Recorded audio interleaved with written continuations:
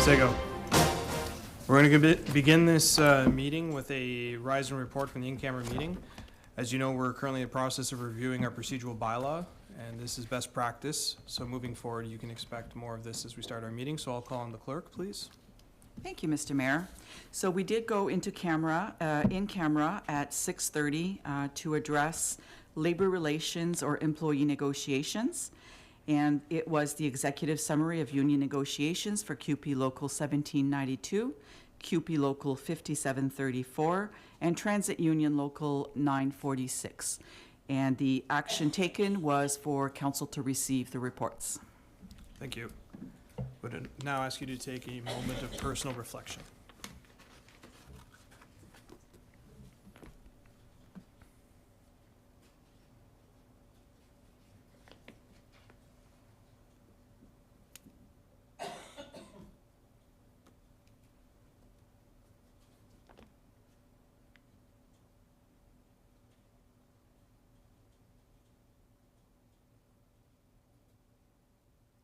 Thank you.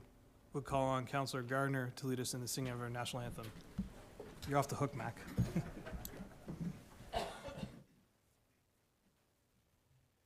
Oh, Canada, our home and native land, true patriot love in all of us command, car ton bras sait porter l'épée, il sait porter la croix. Ton histoire est une épopée des plus brillants exploits. God keep our land glorious and free. Oh, Canada, we stand on guard for thee. Oh, Canada, we stand on guard for thee. Thank you. We acknowledge that we are gathered on the traditional territory of the Haudenosaunee peoples, the Mohawks of Akwesasne, the original keepers of this land. As settlers, we are grateful for the opportunity to meet here, and we thank all the generations of people who have taken care of this land for thousands of years. Roll call, please, Madam Clerk. Mayor Justin Towndale. Present. Councillors Claude McIntosh. Present. Dean Hollingsworth. Present. Maurice Dupel. Present. Sarah Good. Present. Caroline Hébert. Present. Councillors Elaine McDonald. Present. Sid Gardner. Here. Denis Sabourin. Present. Todd Bennett. Present. Fred Goujo. Present. All present, Mr. Mayor. Thank you. Any additions, deletions, or amendments to the agenda? Councillor Hollingsworth. Your Worship, could I ask under the bylaws that we separate number 4, bylaw 23-115, and number 5, bylaw 23-116 separately, that we vote on that separately? Can I do that? Yes. Would you like them voted on as items together or each individually? I can do them items together, but just not with the rest of the bylaws. Okay. And just for the record, while I'm at it, I know you wanted that bylaw number 9, I have to declare a conflict of interest on that one as well. So if we could vote on that one separately so that I can move away from the table and then vote for the rest of the bylaws accordingly. If that's in order. Yes. You'll have to leave the room for that, but yes. Okay, that's fine. And I have a few additions, Mr. Mayor. Oh, sorry. Councillor Okay. McDonald. I didn't hear, did my colleague ask for number 6 to be pulled? If not, then I would like it to be pulled, please. Okay, thank you. Councillor Sabourin. Mr. Mayor, if we could, on the bylaws, pulled bylaw 2023-112, the governing bylaw for the corporation. I have like that. Also in the consent, if we could, I have some questions with regards to item number 3 on the consent. If we could pull that, please. Okay, thank you. Further amendments? Councillor Ngunjo. Mr. Mayor, I would like item 1 under the bylaws to be pulled and discussed up here. Thank you, Councillor Gunjo. You may need to push down on your microphone. It doesn't seem to be working on the stem. Okay, thank you. That's been pulled. Yep. I would like to pull item 6 on the, Consent item 6, yes, Councillor? Okay, thank you. thank you. Further additions or deletions, amendments? Madam Clerk? So we are adding a couple of reports this evening. The first one is tender 23 T48, tender for supply, installation, commissioning of land mobile infrastructure. We are also adding bylaw 2023-123, which is a borrowing bylaw with the corresponding explanatory note, which means that our confirming bylaw will now become number 2023-124. Thank you. Motion to adopt the agenda as amended, please. Councillor Dupel, Councillor Gardner, all in favor? Carried, thank you. Any disclosures of interest? Councillor Hollingsworth, recognizing yours already. Any additional conflicts of interest? Okay, seeing none. Motion to move into committee of the whole, please. Councillor Bennett, Councillor McIntosh, all in favor? It's carried, thank you. Can I have a motion to adopt the minutes of the meeting of November 27th? Councillor Gunjo, Councillor Sabare, all in favor? Carried, thank you. Madam Clerk?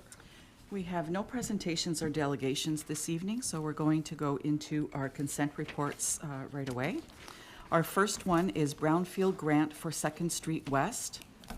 With the action recommended is that Council approve the One Planning Advisory Committee recommendation as presented to Council on November 20th, 2023. PAC Report Number 1, Proposed CIP Amendments. The recommendation is as follows, that Council approve the following recommendations, that the Renaissance Community Improvement Plan and Heart of the City Community Improvement Plan be amended as identified in this report, that Council pass a resolution of support and endorsement as proposed in the attachment of the report, demonstrating its commitment to updating the Renaissance CIP and Heart of the City CIP. The proposed amendments will provide incentives that will encourage investment and the development of new housing units in the City of Cornwall. That upon Council's passing of an amending bylaw, City staff send a copy of the bylaw with supporting cover letter to the Ministry of Municipal Affairs and Housing for information, and that planning staff subsequently consolidate the Renaissance and Heart of the City CIPs based on the amendment once the final notice of decision of the municipality passes its appeal period and it comes into force. Item number 4.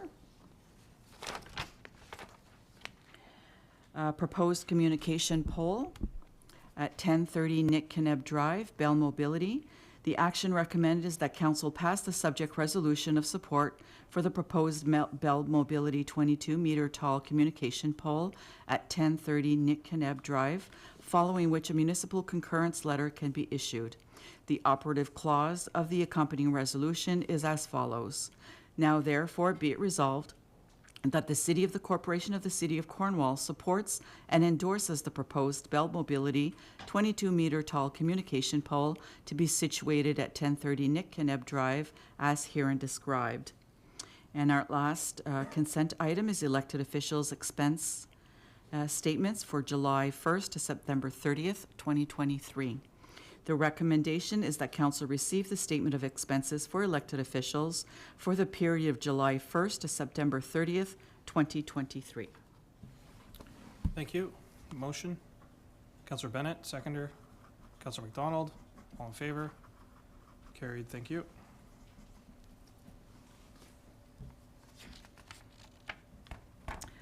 Oh, Mr. Mayor, there was also the addition of the tender.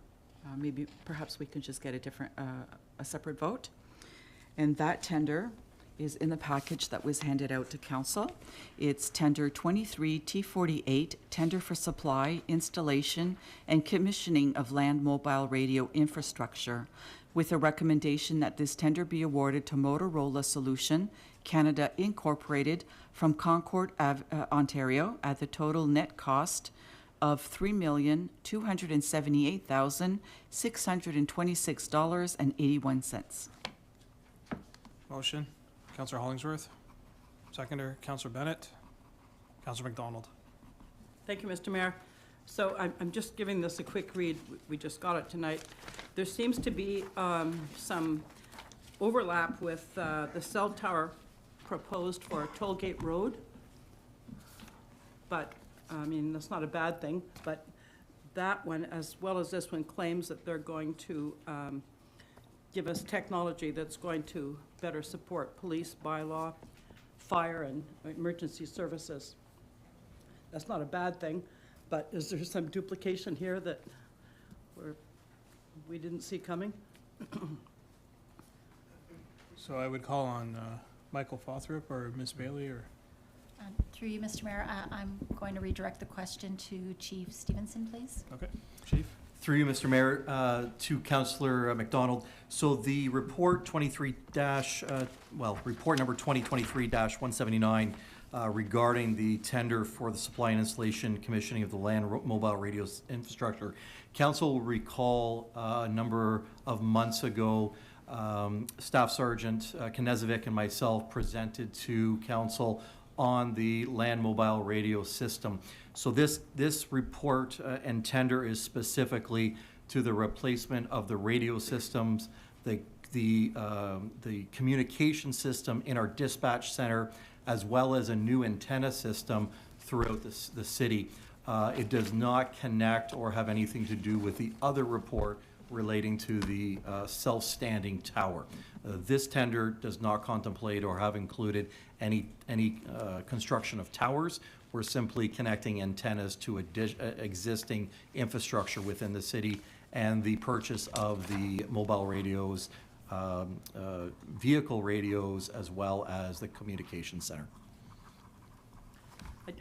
I asked because when I read the content of the self-supported cell tower, part of the description was of a tower that was going to replace some current technologies, and I just wondered if this is happening this fast, you know? But obviously, this isn't a replacement, there's no duplication. Okay, thank you. Okay, all in favor? It's carried, thank you.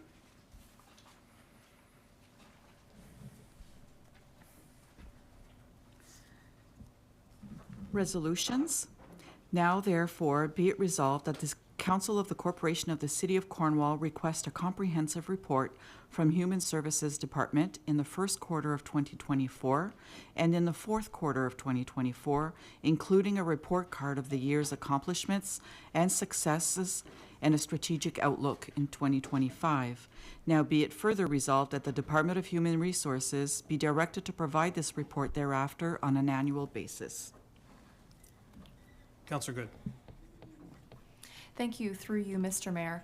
As my council colleagues may have taken note, the content of this motion has been changed slightly.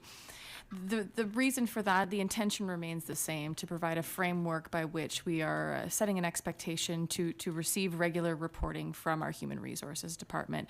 The rationale for the change in language is to provide greater flexibility in the way that information is constructed, and of course to allow for the transitional period while we have an interim Director of Operations, acting Chief Stevenson.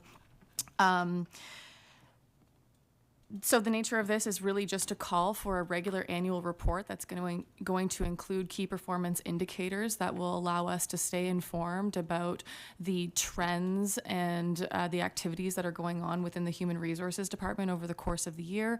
As some of you know, I've been, up until recently, working in the human resource field for the last number of years, and this is a very common type of report to be providing to boards of governance to allow an understanding, especially when we're asking for, let's say, increases to positions or understanding where sick time is coming from, what kind of training is being had.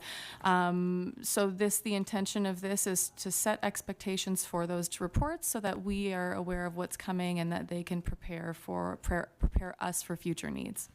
Thank you. Thank you. Any further questions or comments? Councillor McDonald and Councillor Gunjo. Thank you, Mr. Mayor. A question through you to Councillor Good. I noticed you asked for a comprehensive report in the first quarter and the last quarter of '24, and then you asked that after that on an annual basis. Why twice in 2024? So as you saw in the first motion, it was separated into two parts, and it's really just to ensure that it's a feasible amount of work to accomplish in one report, both for the staff who are producing the information as well as for us reading through it.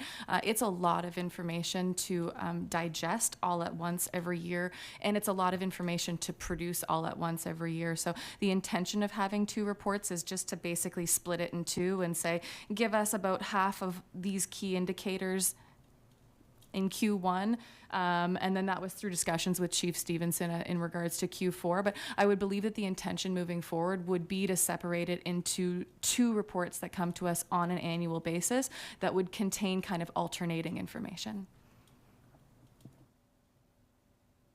I guess I'd be curious to know what the split would be, but I'll wait and see, I guess, in the first quarter, and then I'll wait for the fourth quarter and find out what wasn't in the first. Thank you. Councillor Gunjo. Mr. Mayor, thank you very much. Just to say that I'm going to support this motion, but I have one question. I wanted to mention that I know that I understand that human resources is very important. It's the heart of municipal government. But I was wondering why a change compared to the previous motion that was presented to us at the last meeting. Councillor Good. Thank you, through you, Mr. Mayor. After conversation with both the CAO and Acting Chief Stevenson, it was determined that the timeline that was provided on the last one might be a little bit tight. So we wanted to provide some flexibility in that sense, as well as, although the original motion contained a fairly maybe what would have seemed like a rigid structure to what was being requested. The intention here is to say that should provide kind of a framework of what we're expecting to get back, but that it doesn't necessarily need to be said information in part one or said information in part two, but the information that kind of naturally fits. And as I responded to Councillor McDonald, it's to, provide a feasible amount of work so we're not asking them to produce a huge report for us annually, although if that's something that they would prefer as a department, I certainly think that that would be an acceptable alternative, but it was really just as an intention to break it up into two pieces and make it a bit more manageable. Okay, thank you. Thank you, Mr. Mayor. Chief Stevenson. Through you, Mr. Mayor, to Councillor Good and Councillor McDonald and Councillor Nagunjo. To answer kind of holistically some of the questions that came across in consultation with Councillor Good, we see the first quarter report really providing a framework to council. I think it's been some time since you've had a fulsome update of HR activities in many of the aspects that Councillor Good has described. And I see the fourth quarter report providing more of a 6 to 8 month recap of what our strategic outlook was for 2024, what our scorecard looks like, how we ended up the year, and then really looking strategically into 2025. So that fourth quarter report will adopt a lot of here's what 2025 outlook will bring. So it's just to try to give some concept of what those reports will be like. And Chief, can you provide a timeline for the report back? Through you, Mr. Mayor, yes. So the first report will be end of first quarter of 2024, and the second report will be the first part of December of 2024. Thank you. Councillor Dupel. Thank you, Mr. Mayor. I was pleased to second the motion, and I think that this is a great motion, and I think it's information that council needs to be aware of on an ongoing basis, regular basis. And when I look at our workforce, I mean, these employees are the employees who move our city forward. So I think that us being connected to HR as an elected official is a really key importance in the work that we do, and being aware of all of the changes and staff changes and being able to see a staff that you might meet and say, oh yeah, I read that, I knew she moved to social services, or I think it's a great thing and it's long overdue. Thank you. Any further question or comments? Councillor Good, do you want to wrap up? Okay. All in favor? Okay. No opposed? Thank you. Carries. Madam Clerk? Reports from unfinished business. DBIA lighting project. The action recommended is as follows. A, that council receive this report. B, that council endorse the installation of the downtown Love Cornwall provided the conditions as indicated in the report are met. C, that council endorse the installation of the pedestrian fine light component of the project provided the conditions as indicated in the report are met, and that the city pay for the electricity costs associated with the fin lights. And D, that administration bring a subsequent report back to council regarding Arts and Culture Center pathway in winter of 2024, once the costs for the project are known. Council? Councillor McDonald, you moving the recommendations? Okay, thank you. Is there a seconder? Councillor Good. Any discussion? Okay, Councillor McDonald first. Thank you, Mr. Mayor. So I want to commend the DBIA for outlining this project, the three parts of it, because I think it will go a long way to really making the downtown exciting, as it is becoming more and more a go-to place with wonderful eateries opening up, and certainly the Arts Center coming online as well. But I do have a couple of questions too. I noticed throughout that when the Downtown Love Cornwall sign is referred to, it's always called Downtown Love Cornwall. But in fact, it's meant to read, I love downtown Cornwall, I gather from the visuals. But the one on page 110, well, this really concerns me, the height of the lettering compared to the figure of the human being beside it.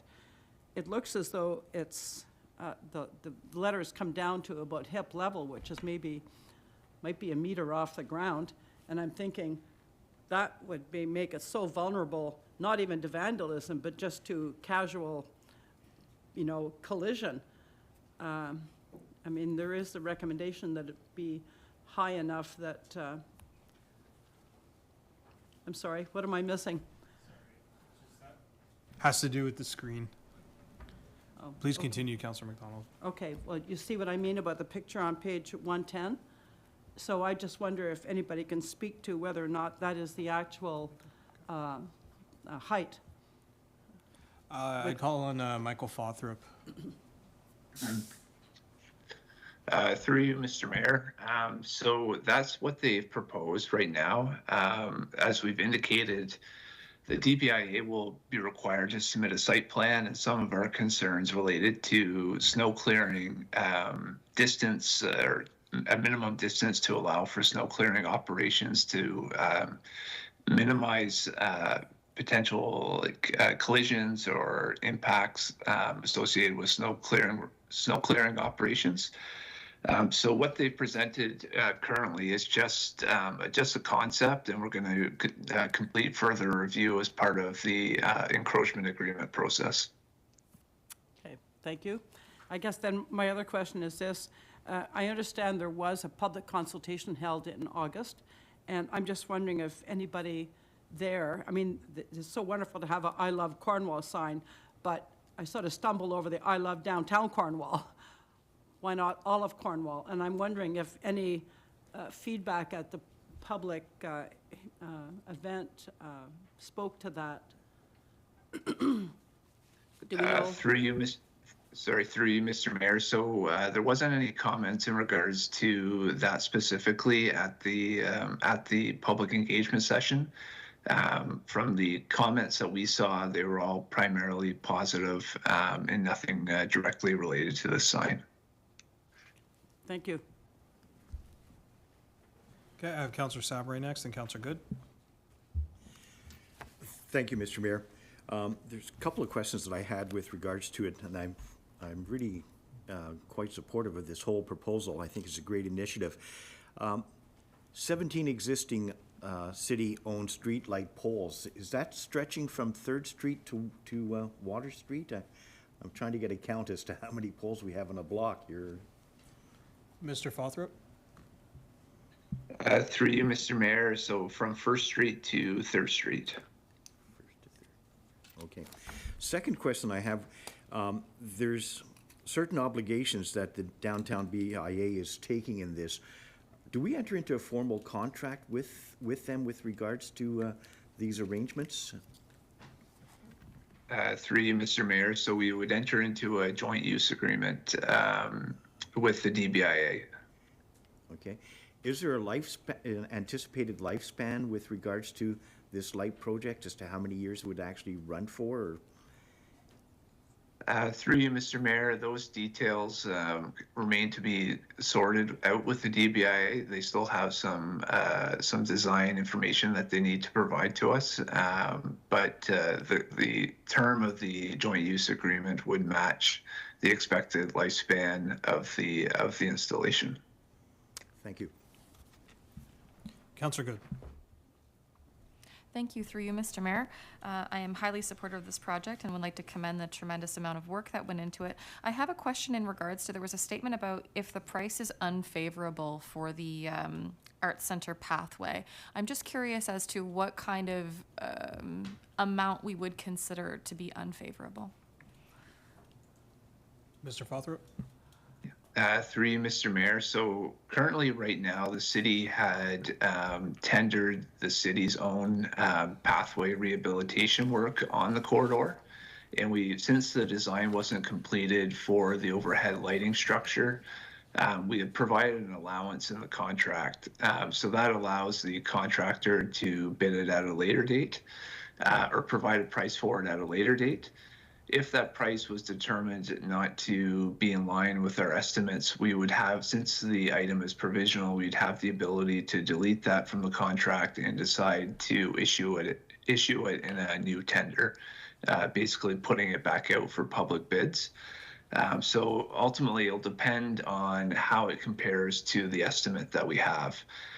So if the pricing is, in our minds, high, we'll probably delete that component of the work, issue a new tender over the course of this winter, and receive, I guess, more concrete pricing back from contractors, and then we would bring a subsequent report back to council. Thank you. Through you, Mr. Mayor, so this would remain council's prerogative to determine whether or not the pricing is, quote, unfavorable. I wanted to check, I wanted to be sure of that because it did say that it would fall under just asphalt resurfacing if it was deemed unfavorable. Can I confirm here that, like, if in the case that, God forbid, it would be deemed unfavorable, are we talking like actual asphalt in that area? Or I would assume it would be like an interlocking or something concrete. Through you, Mr. Mayor. So the one component is the city's component, which is the restoration of the area, which is a combination of interlock and asphalt. And then the second component is the overhead steel structure, which will be brought back to council in a subsequent report. So either we're going to get a price from the contractor that we currently have in place for the pathway, or we're just going to cancel that component and bring a subsequent tender, or issue a subsequent tender and bring that price to council. Basically, no matter what, the overhead structure will be coming back to council with a price over the course of the winter. Wonderful. Thank you so much for that response. And I am highly supportive of this project. I just wanted to point out that shortly after we received this initial presentation, myself and Councillor Sabri ended up in London, Ontario for the AMO convention. And I happened to stumble upon Market Lane, upon which this whole project is kind of based off of. So as I walked through it, I went, hey, wait a second. This looks like what they were proposing to us. And I have to say it was very beautiful. So I'm really, really hopeful, and I'm glad that things are proceeding with the other projects in the meantime, and we'll see what comes back. Thank you so much. Councillor Goodjoe. Mr. Mayor, just to share that I am very pleased to support this project. when we straighten on Brighton or downtown, we really do light up to heart of our community.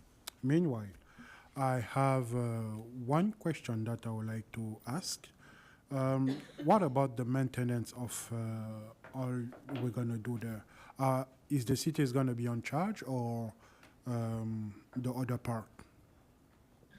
Mr. Fothra? Through you, Mr. Mayor, the DBIA would be responsible for any maintenance, repairs to any of the proposed infrastructure. Thank you very much, Mr. Mayor. Any further questions, comments? Councillor Gardner, then Councillor Bennett. Microphone, please. When this project was first brought to the table, I was in favor of it, thinking of during COVID how much business was lost in the downtown area, and hopefully this will help them to recoup some of their losses, the businesses.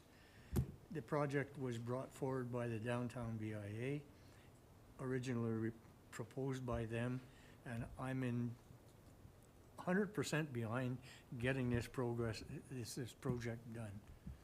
And just a comment. Thank you. Councillor Bennett. Thank you, Mr. Mayor, through you. It feels like forever ago, but I was invited to meet with Mandy Prevost and to go over this dream at the time. And I remember at the time being very excited by the possibilities of this project, how this kind of makes a bit of a focal point for our downtown, a destination area. The possibilities of that lit laneway are endless. There's so many things you could do in there. You could have markets, you could have receptions, you could do whatever you wanted in there. It's truly going to be a beautiful addition to the downtown, and I support it 100%. I did then, I do now. What I did like to see this report was the big lit Cornwall, downtown Cornwall sign. I've been talking, for quite a bit with friends about how we needed something like you'd have your picture taken with that has the word Cornwall in it. Every time you go to Ottawa, there's right down the market, Ottawa. You go to Kingston. I've been to some places this summer, and there's some waterfronts always have something where you take a picture of it with a city name in it. Next thing you know, that's all over your social media, and that's a great way to get your name spread across the globe, really.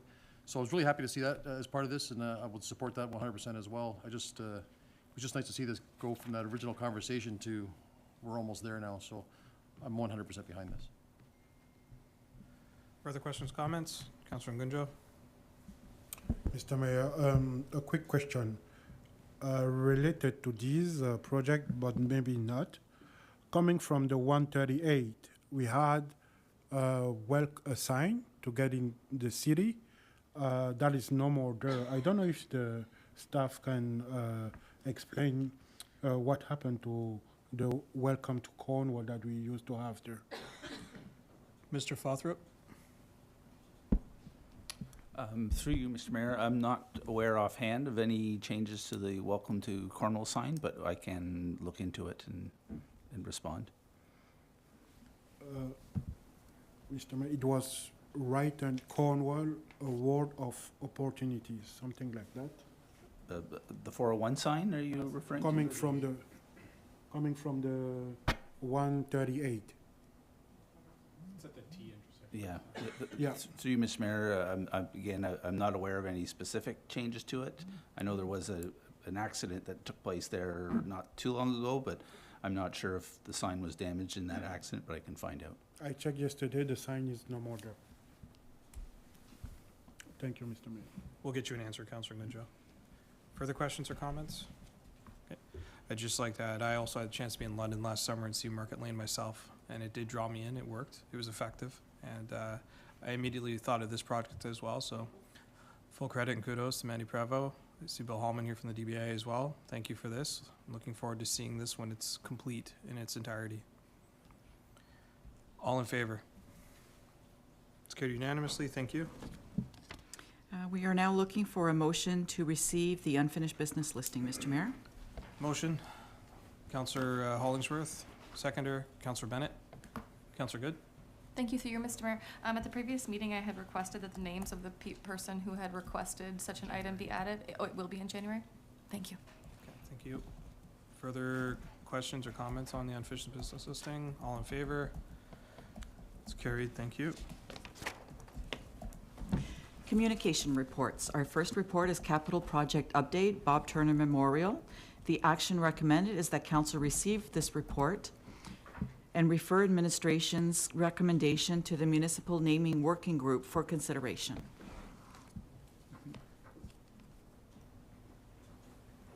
Mr. Fothrop? Yes, Mr. Mayor, we have our Manager of Recreation, Lori Gibo, as well as Kat Rendick from our Planning Development and Recreation Department, who've prepared a presentation and some slides to discuss or present the community engagement that has taken place regarding the project. Madam Clerk? Mr. Mayor, I wasn't aware that we were showing slides. If you could email them to me, Lori, I could put them up and change that around. Just take me a few minutes.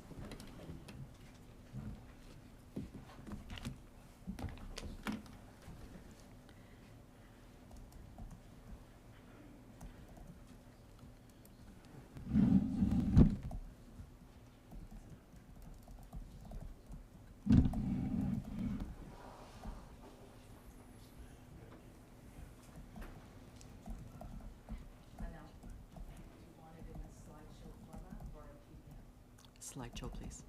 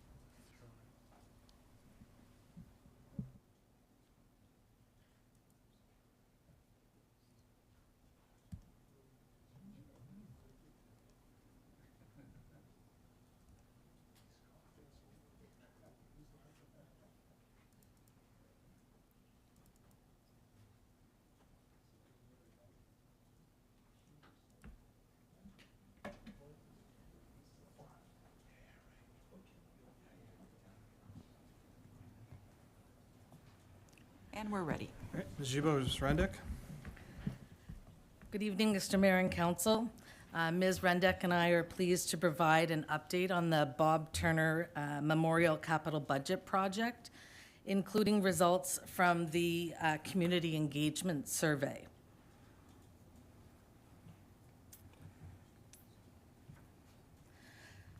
So as most of you know, Mr. Robert Turner was the first full-time recreation director for the city of Cornwall in 1957 and was the first person of color that was hired as a recreation director in Canada. He worked diligently to promote sports, arts, recreation activities, and the importance of recreation services in our city. Recent advocacy and fundraising efforts by members of Experience City and Korea have advanced the local conversation and has encouraged municipal commitment towards commemoration.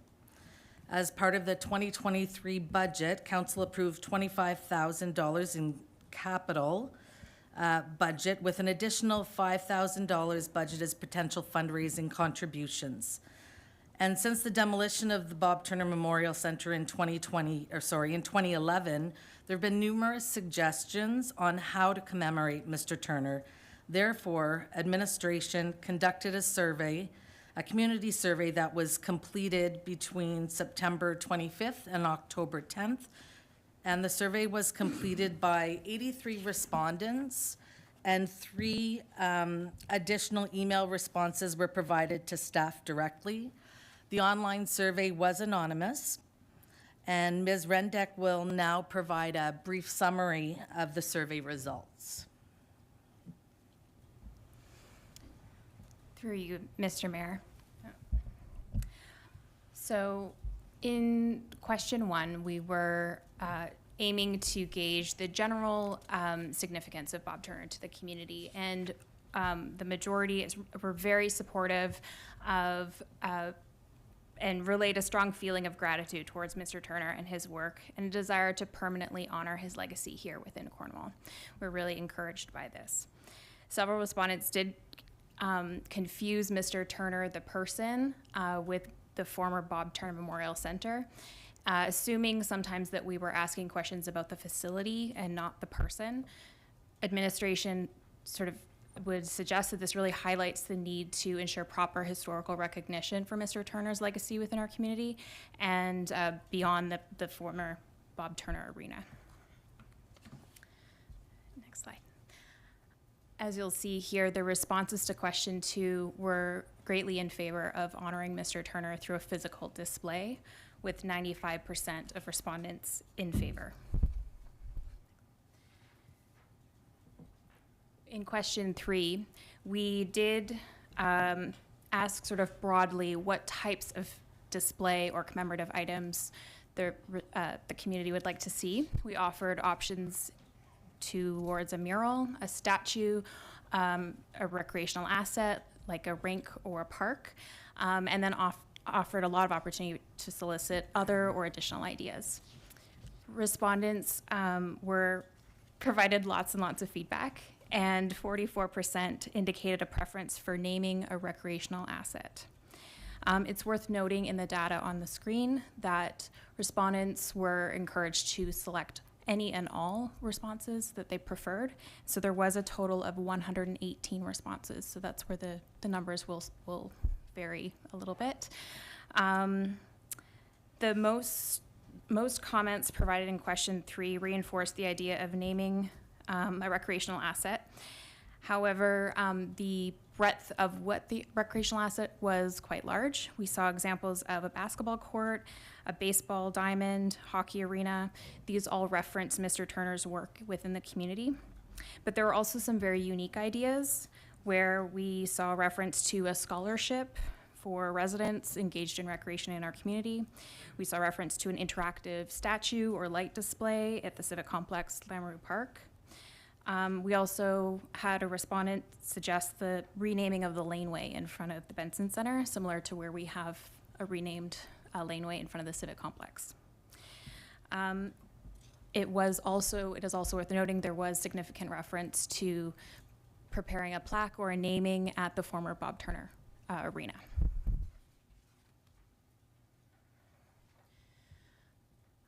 So as my colleague, Ms. Gibault, has noted, there was a budgetary amount put forward as a capital sheet, and so this survey question really put that to the community to gauge their overall interest in allocating and to which level or financial contribution should come from the taxpayer contribution. The answers, as you'll see, were varied. However, most respondents did not want to exceed a $30,000 budget.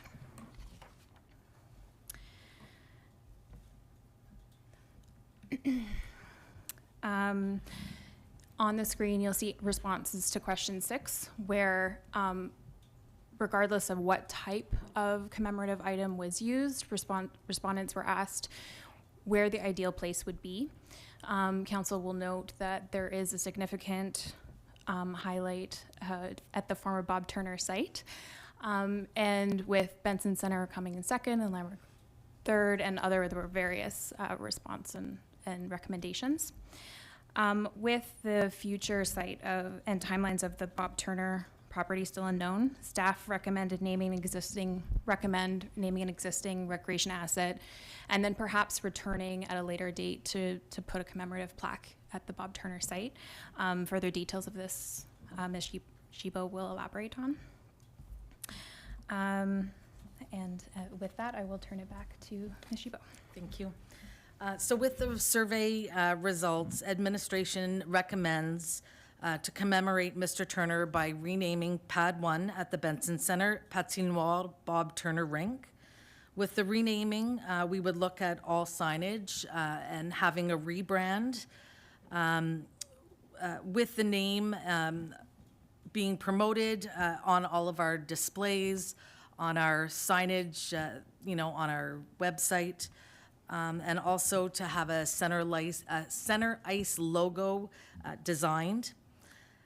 We would also look at a historical display board similar to the ones that are around the Civic Complex concourse, outlining Mr. Turner's accomplishments, possibly with a QR code to link more detailed historical information.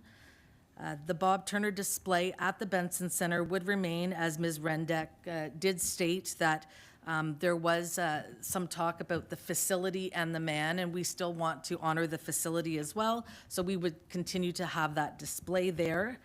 And so administration does recommend referring this project to the Municipal Naming Working Group for formal consideration.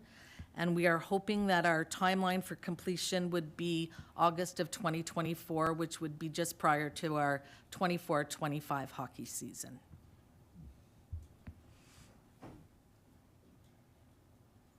If there's any questions? Okay, thank you. Questions from council, Councilor Garner, then Councilor McIntosh. Thank you, Mr. Mayor. When I was looking at the report or reading the report, it brought me to the Benson Center. And the Benson Center right now is not only a rink, but it's a place where they play pickleball. It's a place where they play tennis. It's a place where there are a lot of different recreation things going on. I think at some point in time, in a few years, we may also have a football field there. So to me, that's the place to have it.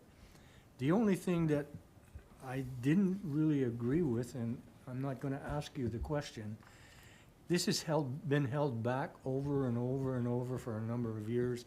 Should have been done a long time ago. And I wondered whether it was the funding that was causing us to sit on this for so long. At $25,000, how much can you do with that? So I was looking at the possibility of $50,000 on a budget of $200 million that we have there. So I think $50,000 is not a heck of a lot of money. And the man was one of the first recreation managers that we ever had that made sure that sports were there, like baseball and everything for the kids. So we need to really show that we care about what he did for this city. And if it means $50,000, another $20,000 to the $30,000 that we have here to get this done, then I think I will make a motion that we add another $20,000 to the 25, because we already have 5,000 from outside. So I'd like to make a motion, if I can get a seconder, to move it to $50,000. Is there a seconder for the motion? Councilor Gunjo. Okay, we're now debating the motion to add $25,000. I'm going to go to the CAO first, and I'll come to you, Councilor Hebert. Thank you, Councillor, for your comments, questions, and motion. There are a lot of elements in the report, and I would seek Council's appreciation and understanding of the depth of the review that was undertaken and the recommendation that is in front of you relating to the actual location. I would present to Council that there is an opportunity to continue improving beyond today's presentation, but that could come in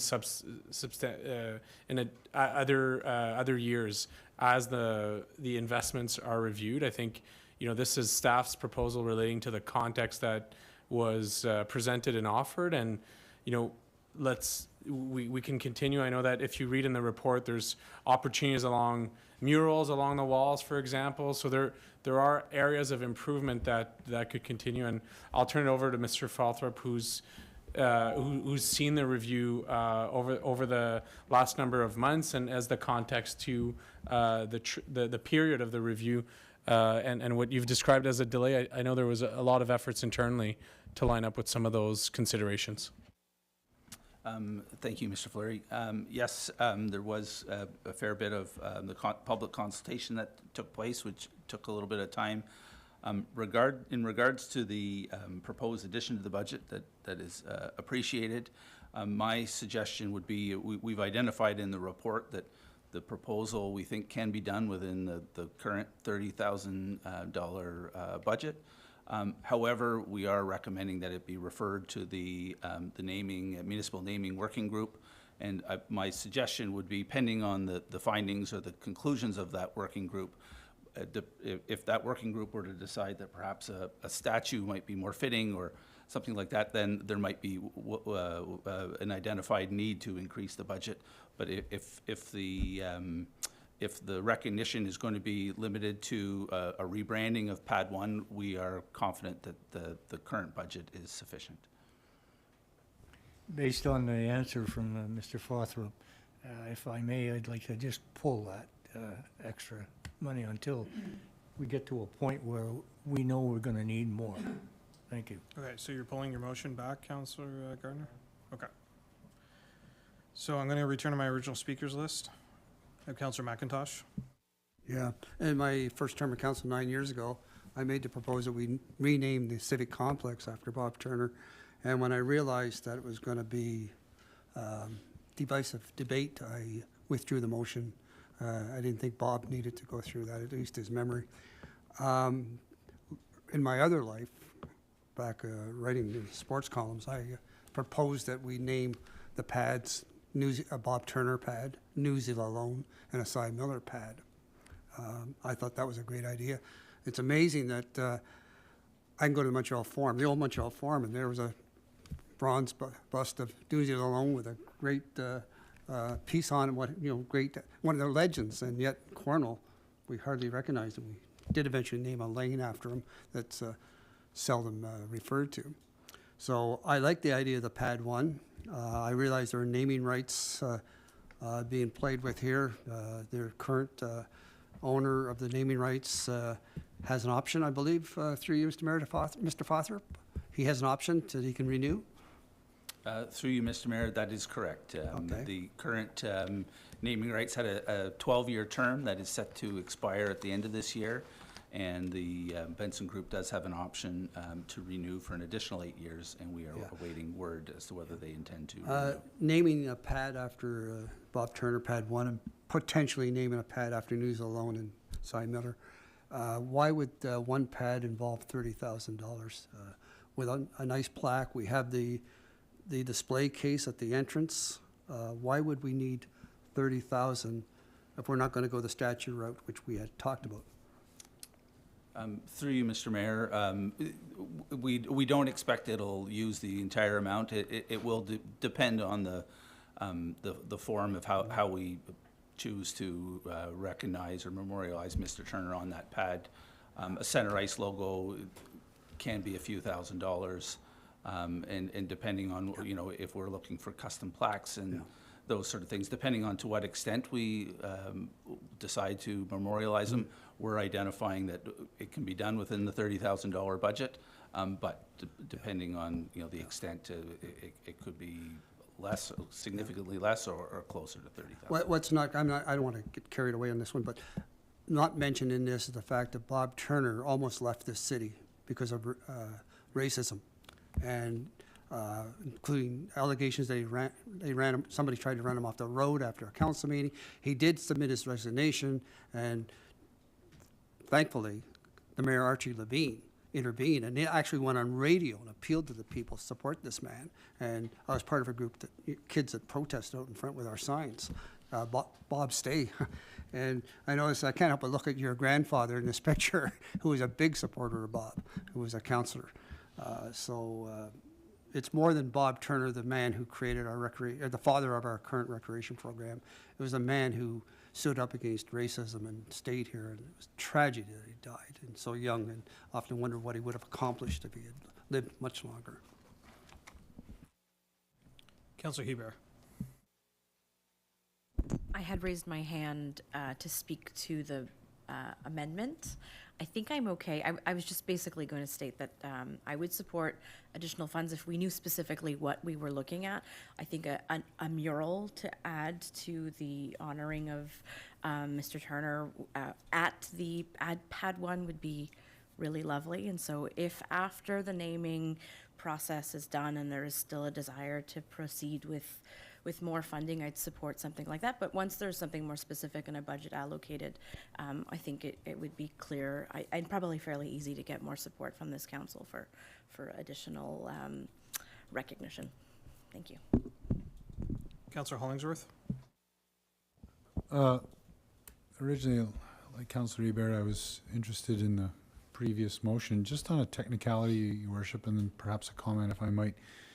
When a councillor makes a motion such as that to add money to the budget, is that not, in essence, needs to be a notice of motion because we're obliging, it's not during a budget deliberation where there's a little bit more freedom in terms of how we manage, but shouldn't that technically have been a notice of motion because we're changing what we've already sort of tacitly approved, correct? I refer to the clerk.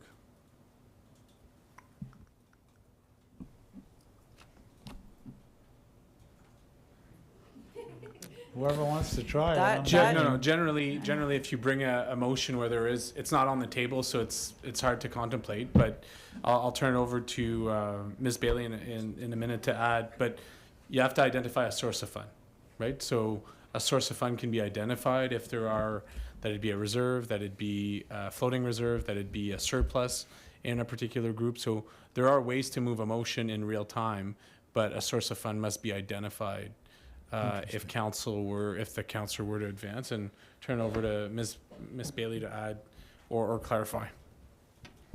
Through you, Mr. Mayor, I can't speak to the procedural bylaw, but as far as funding, to Mr. Fleury's point, funding source would need to be identified. Normally, we take a look at our working reserve with a payback in the following budget year. Okay. That being said, moving forward, I would be interested to see what the committee has to say before I would get into number crunching and that kind of thing. Certainly, I'm supportive of anything that commemorates Mr. Turner. Having spent most of my youth at the Bob Turner Center, it seems apropos that a hockey rink would be kind of suggested. Certainly myself and seemed to me everybody I ever knew played some sort of version of hockey or some kind of hockey with a broken Dixie cup beside the sidelines with a broken stick. It's certainly, as I said, spent tons of my time and most of the people, many of my friends as well. So I'm eager to hear what the committee has to say. The thought it would be a naming of a rink seems to be apropos. So I'll look forward to the report. Thank you. Councillor Ngunjo? Mr. Mayor, technically, I would like to understand, are we reporting this now, or we have to vote or accept what is proposed now by the staff? There's no motion on the floor currently. There is a recommendation, but it has not been moved yet.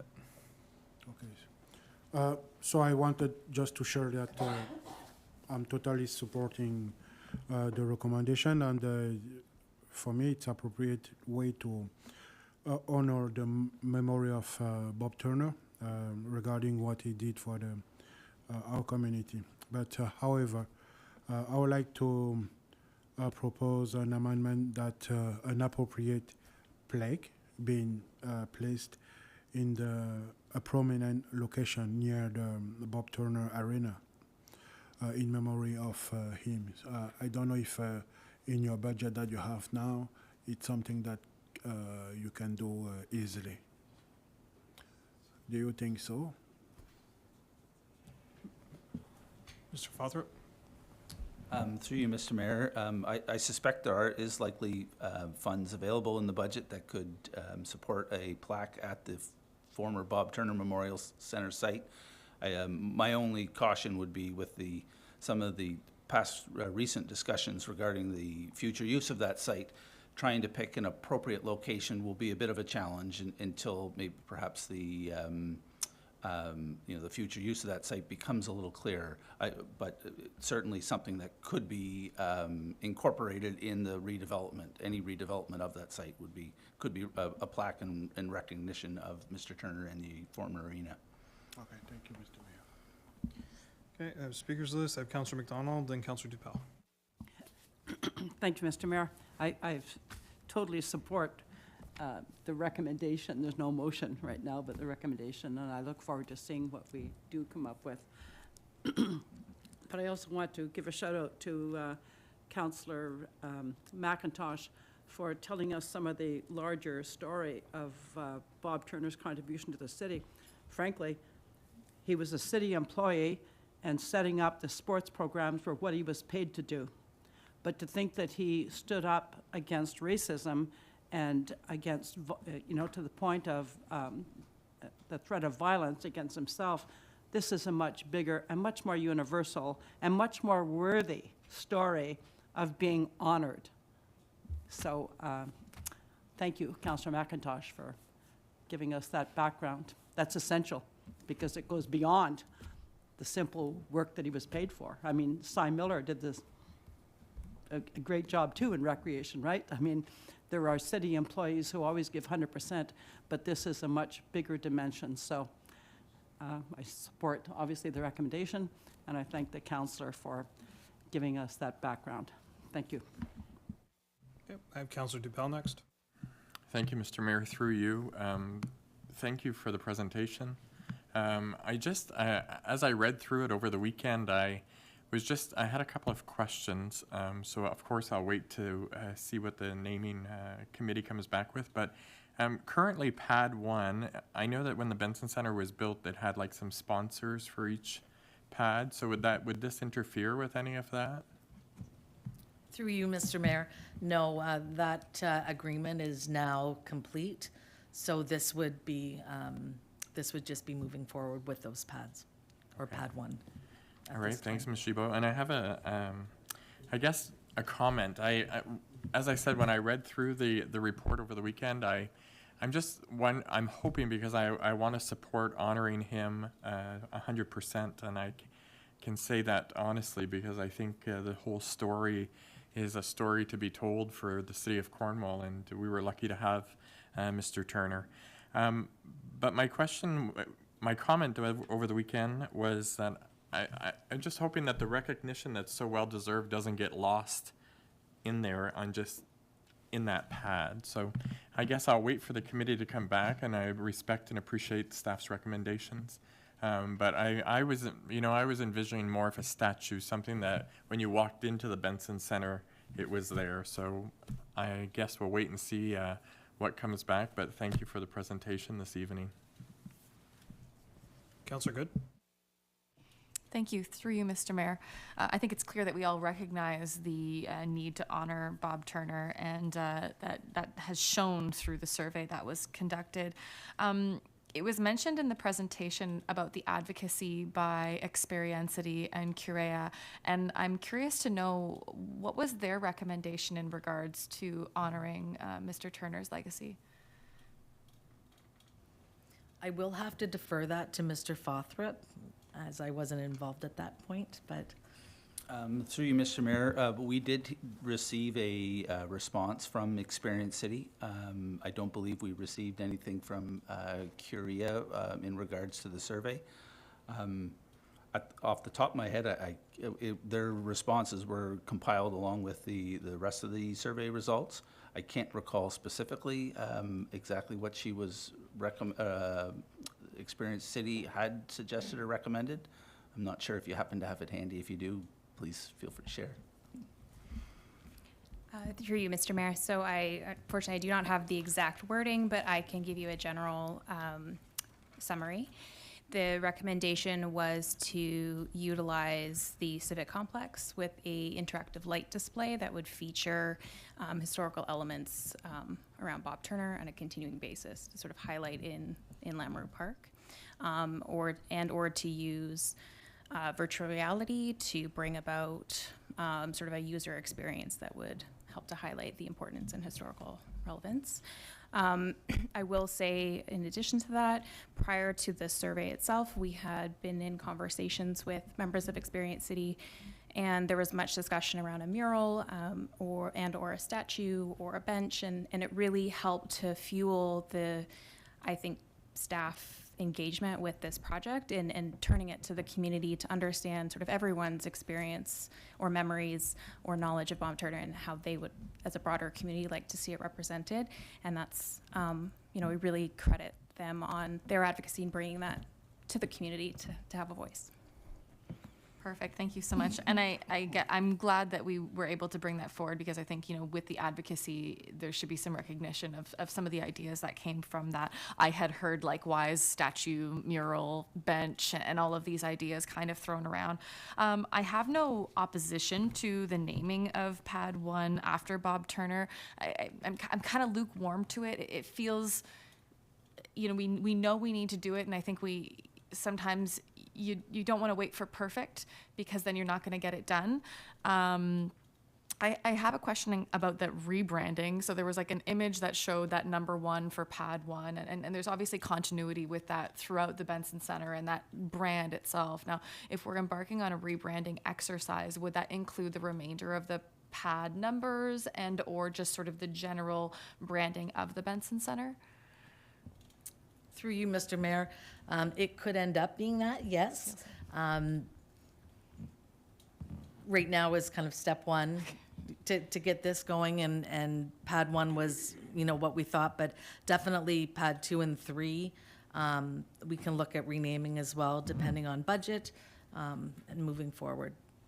Now, given that there was some fundraising done through, I believe, Experiencity for around $5,000, should we be, you know, using those funds? Do we know already if we have kind of like an okay on this type of commemoration? If we're going to be budgeting for their funds, you'd think that we would need to have their approval. So Ms. Bailey, I'm not sure if you could comment on that. Through you, Mr. Mayor, I understand that there's been a group that is raising $5,000. Some of those monies have been collected and given to SDC at this time, so Councillor Hebert has made me aware of that. I'll communicate with her to see if a tax receipt has been given. If not, the money will come to the city to issue that tax receipt. I'm not familiar with the efforts of the fundraising committee at this time. Okay, and I think my last question is in regards to the renaming of Benson, the Benson Center. We did receive communication from a member of the community highlighting the fact that we were coming to the end of this term with the Benson name. What are we receiving for those naming rights financially? Through you, Mr. Mayor, the agreement that is set to expire that has the option to renew, it's on average $50,000 a year is what we are receiving for that. Okay, so it is, you know, in the grand scheme, it becomes pretty substantial. Okay, that was fine. And then there was another mention of the laneway in front of Benson Center. And does that still remain a possibility? Is that still in the cards? I assume this is kind of phase 1, but that we would continue to look at additional ways to commemorate Bob Turner? Through you, Mr. Mayor, yes, I would think so, and I would think Mr. Mike Fothrop might be able to comment on that if that would be feasible for that laneway. Oh yeah, Mike. Yes. Mr. Fothrop?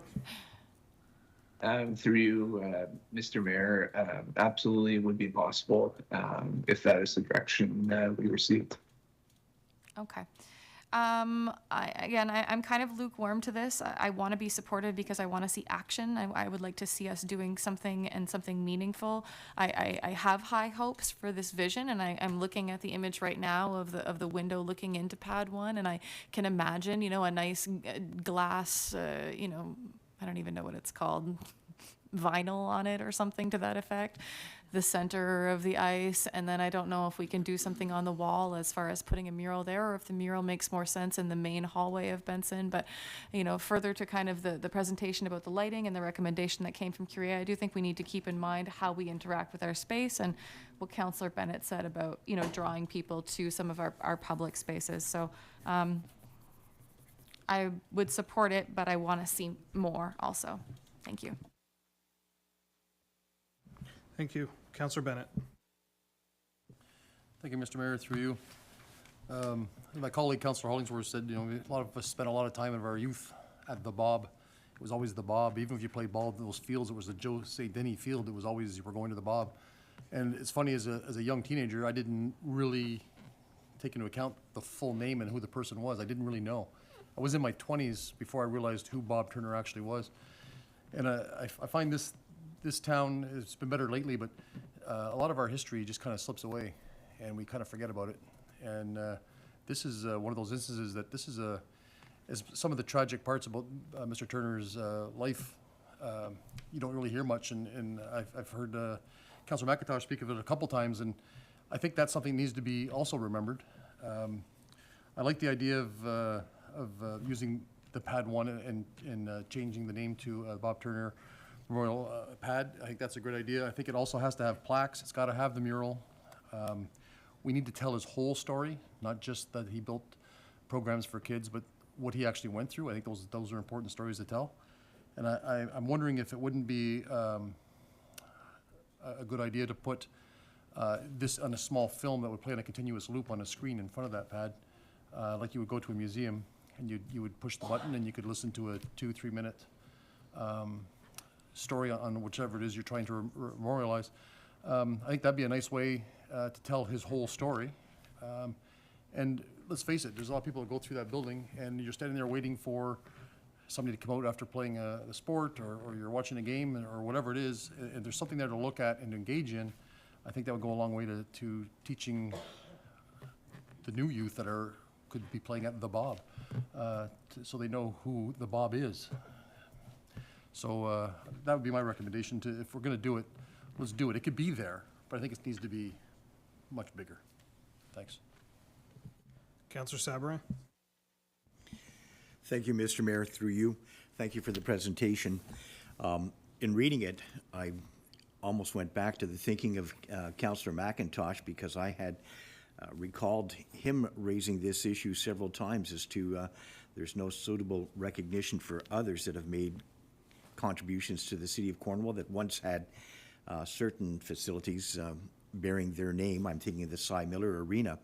I like the idea of possibly doing the branding at the Benson Center.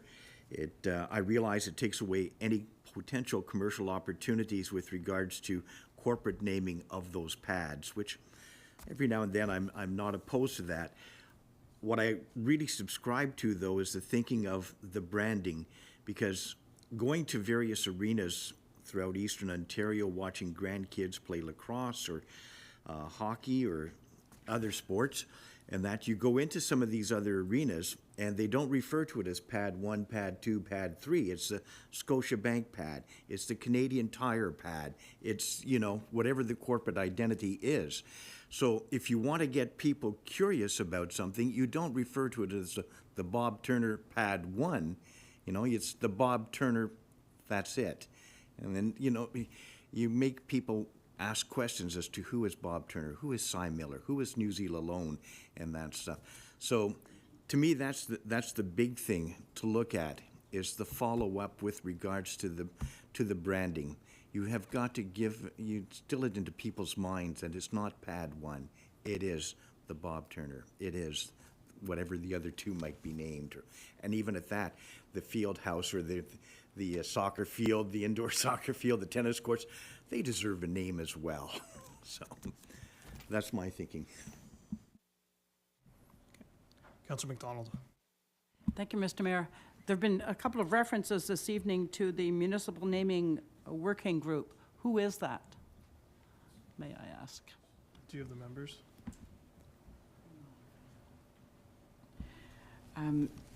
Through you, Mr. Mayor, it is a group that prepared the whole system of naming a few years ago.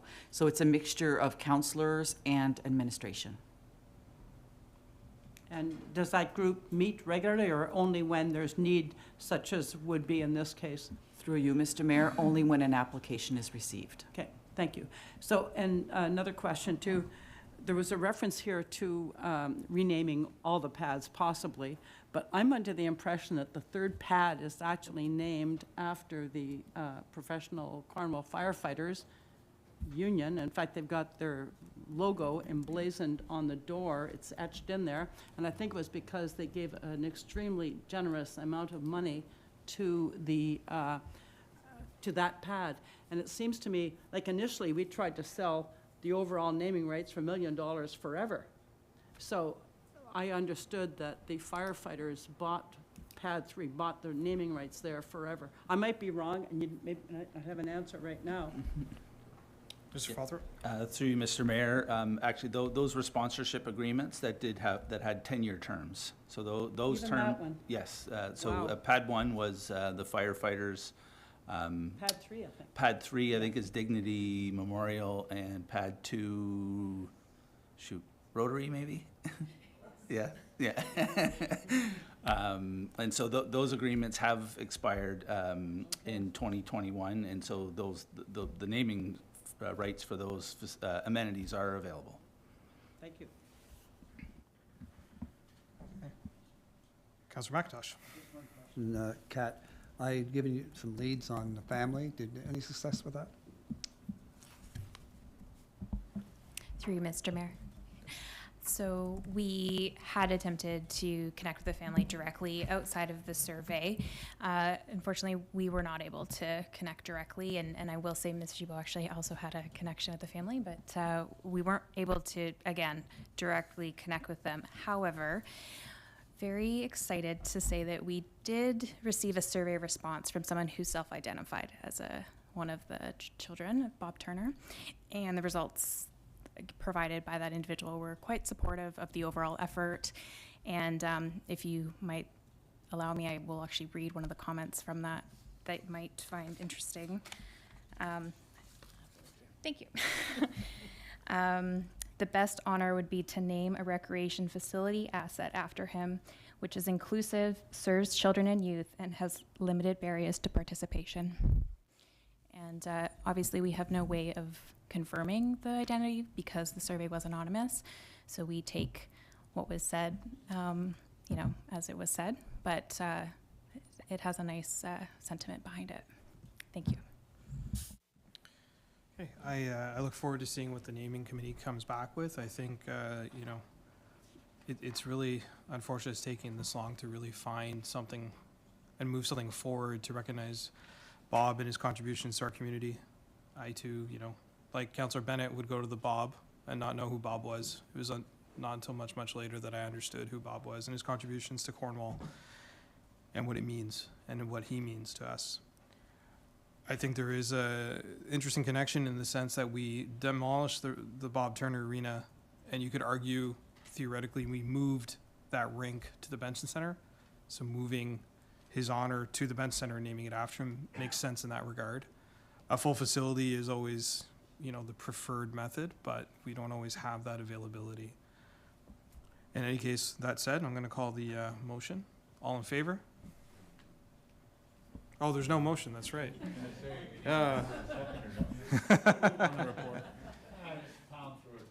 So that's moved by Councillor Hollingsworth, seconded by Councillor Sabray. We'll try that again. We'll move the actual motion this time. All in favor? Carried unanimously, thank you.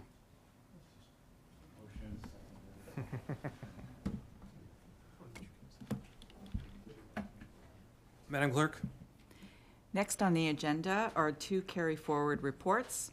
The first one has a recommendation that council approve the carry-forward of the capital projects listed on Schedule 1 to this report. Councillor McDonald, you moving the recommendation? Thank you. Councillor Bennett seconds. Any questions or comments on this item? Okay, all in favor? Carried, thank you. And the second one, with a recommendation that council approve the carry-forwards of 2023 operations to 2024. Moved by Councillor Gardner, seconded by Councillor McDonald. Any questions or comments? All in favor? Carried, thank you. Transfer payments to city partners with a recommendation that council direct administration to continue monthly transfer payments for operating costs to the identified city partners listed. Councillor Bennett, are you moving the recommendation? Seconded by Councillor Sabray. Councillor Hollingsworth. Thank you, Your Worship. Quick question. So, with regards, 203 for anyone, paper person, Are we legally obliged to fund these partners? Ms. Bailey? Through you, Mr. Mayor, we are based on current agreements with these partners or memorandums of understanding. Okay, so we're on the hook. Now, the other thing out of curiosity, just so that I think I know the answer, but is this a deal where they send us the bill and we just give them the money? Through you, Mr. Mayor, what we do is there's no bills sent to the city.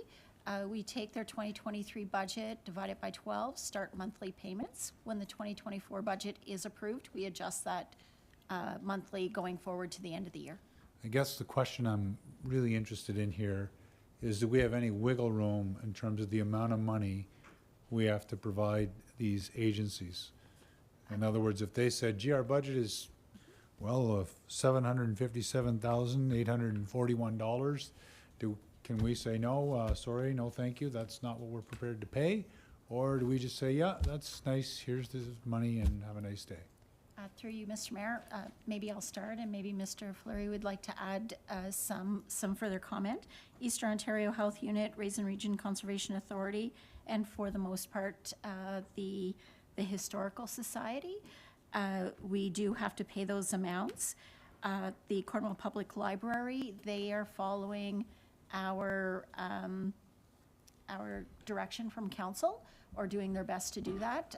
So that budget is approved by this council. Right. And so is the Historical Society, but we do have a memorandum of understanding with them. So there's a legal agreement that kind of determines how we operate.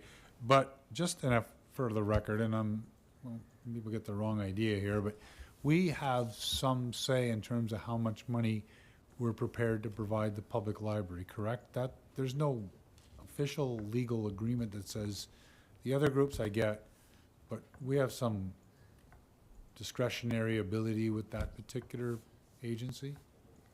Through you, Mr. Mayor, as I understand it, just like every other department within the city.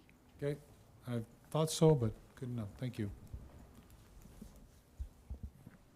Okay, any further questions or comments on this item? All in favor? Carried, thank you. I'm going to go back now, Mr. Mayor, to our consent items that were moved. Starting with the third one, proposed self-supported cell tower, 1000 Tollgate Road West, Rogers Communications, Inc. The action recommended is that council pass the subject resolution of support for the proposed Rogers Communication, Inc. 60-meter tall self-supported cell tower at 1000 Tollgate Road West, following which a municipal concurrence letter can be issued. The operative clause of the accompanying resolution is as follows.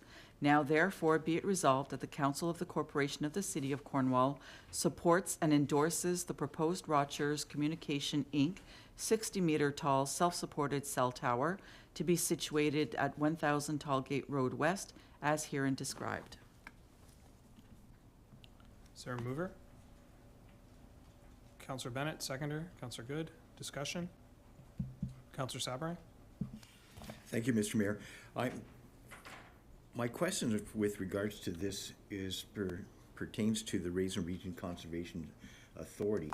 They're making a reference to our organic soils, which I think we could very well be talking peat moss here, which is not exactly the best for tower construction in that. There's a commitment from Rogers to address that, but I'm not fully convinced that this would actually be the best location. And that I don't see why we would go into an area where there's a little bit of environmental sensitivity with regards to this tower.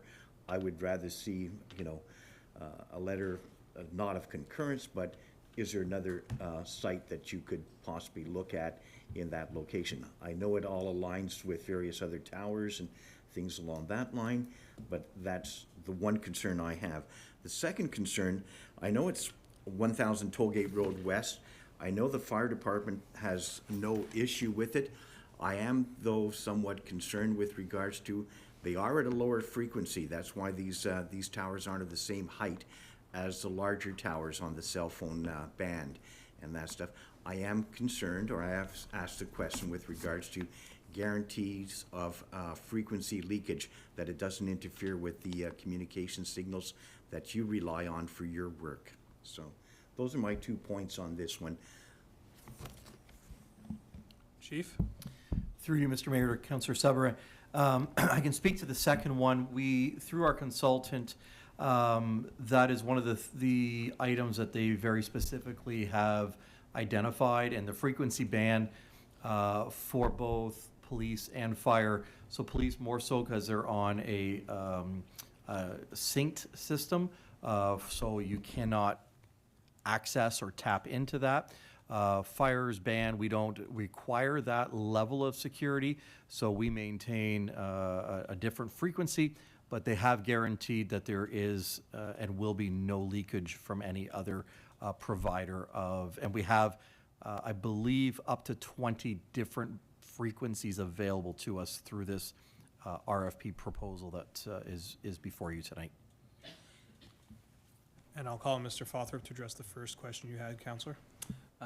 Yes, thank you, Mr. Mayor. Through you, in regards to the presence of organic soils that the Conservation Authority has highlighted, it's, I guess, they're highlighting it not necessarily as a concern towards an environmentally sensitive habitat, but more so they're referencing just constructability concerns. Just building on unstable organic soils can be a challenge. However, there are methods to, whether it's to excavate those organic materials and replace them with crushed stone, or use piling methods as well as a way to design a proper foundation that would support that tower.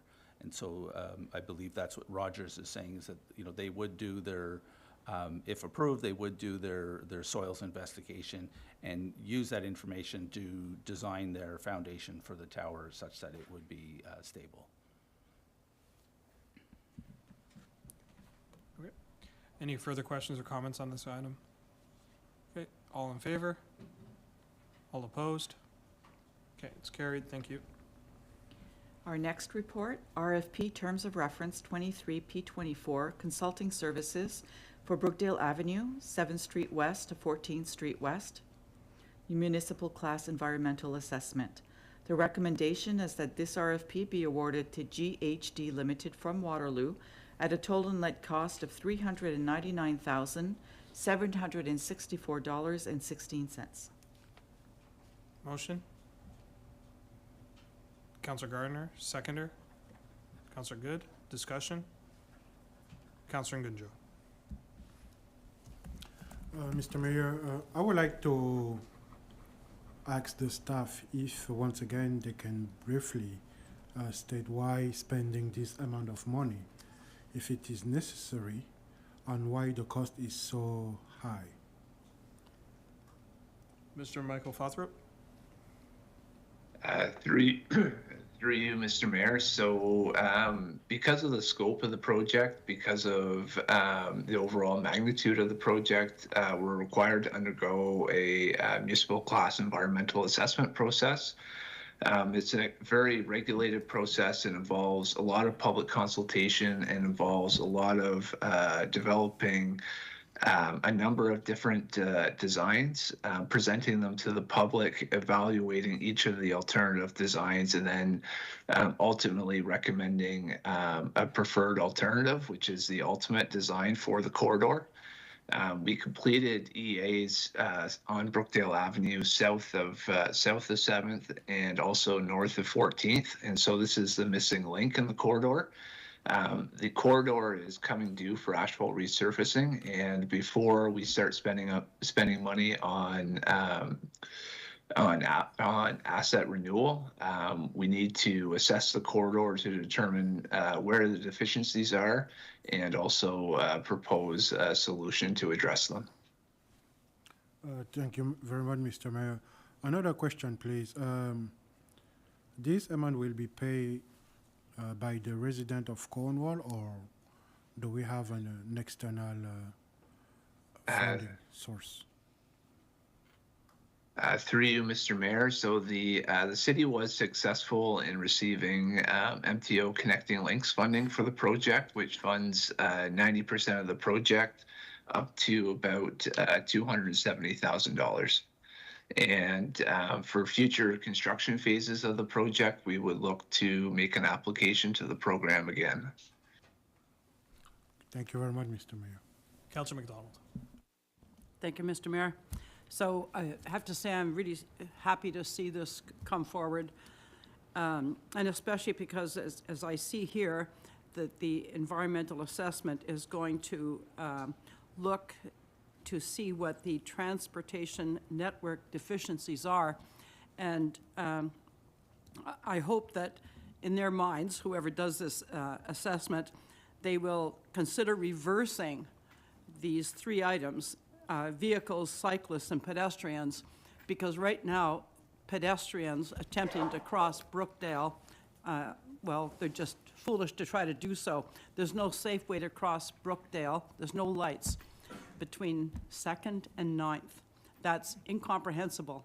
And I constantly see people at the bottom of the traffic circle attempting to cross. We've got this huge residential area in the east of Brookdale, and we've got the premier sporting facility on the west side, and no way to get from one to the other except by the long way around, and nobody's going to do that. So certainly I hope that they will take this opportunity to suggest we catapult ourselves into the future where pedestrians count, and that the whole community doesn't exist to facilitate vehicular transportation. And the second thing, this would be a question to Mr. Frothrop. Given that the assessment's supposed to look at everything, and the fact that we have 2 roundabouts coming online, in fact, I think work has been done on one of them already, do you think that they would logically say that the traffic circle has to go and has to become a roundabout as well, just for driver safety? Through you, Mr. Mayor. So we are going to review each intersection as part of the EA, which includes the traffic circle. We'll also be reviewing 9th, 13th, and 14th as well. But part of the review for the traffic circle, roundabouts will be considered, as well as signalized intersections as well. But that's all encompassing in the EA process. Well, I really look forward to the report, and I'm wondering now, when this report comes back, will we be voting on it, or we'll have input into it if we don't think it lines up closely enough with what we think is best? This won't be a done deal when it comes back. This is going to be something that we will be able to examine and modify. Through you, Mr. Mayor. So there will be 2 public information centers as part of the EA process, and then a draft report will be brought to council for endorsement, and then a final version of the report will be brought to council. Okay, very good. Thank you very much. Thank you. Any further questions or comments? All in favor? It's carried. Thank you. There are new business motions, Mr. Mayor, so we're going to move on to bylaws, and perhaps we'll start with a motion with those who have not been pulled. So bylaws 2023, 113, 114, 118, 119, 121, and 122, and 123 are being presented for adoption. Moved by Councillor Tall, seconded by Councillor Hollingsworth. Was number 1 one of those? No. No, okay. was pulled. That's been pulled. Thank you. All in favor? Carried. Thank you. Councillor Sabourin? Mr. Mayor, I just want to point something out with regards to a bylaw when it is presented, and that it is the working document that is going to bear your signature and that of the clerk. And I look at the one that is presented to us, 122, and we have a strikeout in the draft of the bylaw. I'm using the term draft. We've just approved this as a bylaw, but technically, we've approved a document that now has to have an amendment for spelling correction in that. So I'm just looking at, like, by way of how this is presented to us, if there's a second look at the editorial team to make sure that these type of things don't come back to us. Thank you. Microphone, please. Point of information? What page are you referring to? 292. It's, Mr. CEO, did you want to provide comments? Madam Clerk? I'm sorry, but I'm not following. What needs to be changed? you have on the document, if we're going down 1, 2, 3, fourth paragraph, whereas the subject proposed amendments, subject is stroked out. So technically, we've approved a document right now that has an error with regards to the presentation. To be correct, this should be amended so that it is not, the word subject is not there. Mr. Mayor, I'm not sure how that came about. I'm not sure if the crossing out means that it needs to come out. Perhaps someone from the planning department can answer that question? Mr. Fotherop? Through you, Mr. Mayor, I believe those are some edits that were made in response to some, through the approval process, comments received from the upper, I guess, through that approval process. And so someone has made an edit showing track changes so that that edit is shown. However, it hasn't been sort of acknowledged to remove it. I believe that's just an oversight. So then I would propose, Mr. Mayor, that the bylaw be adopted as amended, and we would take out that word before we get it signed. So we just voted to approve it.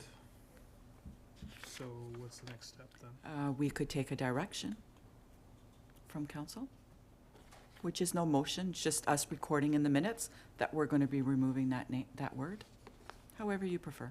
Okay, for a direction from council, refresh my memory, do we need to vote on that? Not a direction, but if it was made as a motion, we would have to vote. Perhaps if you want to stay in keeping with the current procedural bylaw, we would take a motion to amend the bylaw by removing that one word. Okay, can I have a motion to that effect, please? Councillor McDonald, seconded by Councillor Sabare. All in favor? Carried, thank you.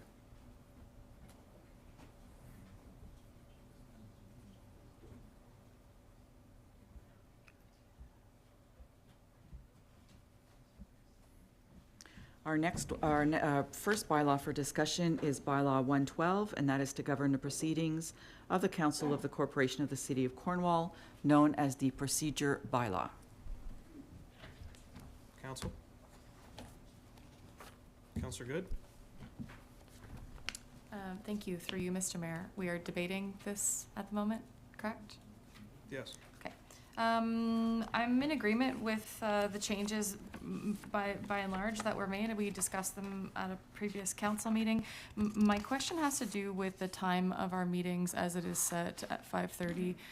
We haven't had that discussion as a council. I'm not sure if this is the right time to be doing that, but I do think that it's something that definitely warrants our attention and a consensus, or at least obviously a majority vote by council to determine the timing of our meetings. Many of us work throughout the week, and 5:30 can be a little tight to try and eat and just arrive into the chambers on time.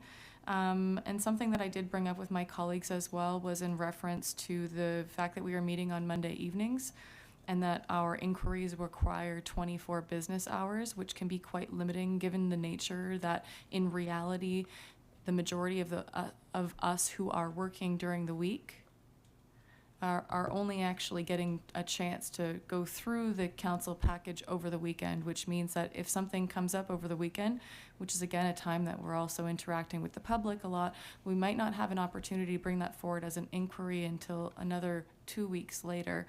And so I wanted to bring this forward for discussion. I'm fine to go with what the majority thinks, but my suggestion would be a 6 p.m. Tuesday meeting, if I had my druthers.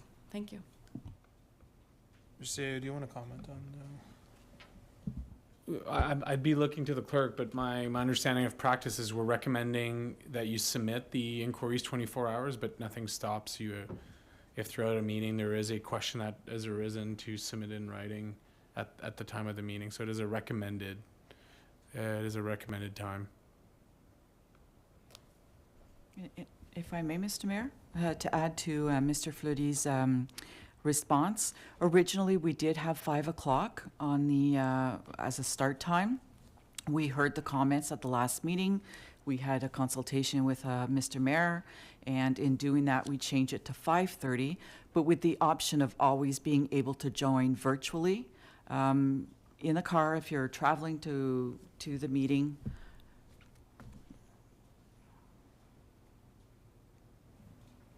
Now, would this be through you, Mr. Mayor, would this be the time to actually debate the timing of our meetings? Yes. Would any of my other colleagues support moving this to 6 o'clock? Debate has to be through the chair. If you want to So make a how would you- statement or a motion, that would be in order. Okay, I would like to make a motion that we debate moving the meetings to 6 o'clock on Tuesdays. Seconded by Councillor Dupel. Okay. The reason for Tuesdays is so we don't have to move the meeting time every time there's a holiday, and so that if we do want to give staff a sufficient notice, that they have time to actually investigate any inquiries within a reasonable time. So I have Councillor Goodjoe next, and Councillor Hollingsworth. Mr. Mayor, Hold on one second, Councillor Goodjoe. Point of order, Councillor Sabra. I'm just asking for some clarification here as to what clause are you looking at with regards to the specific reference on the time? I'm not seeing it.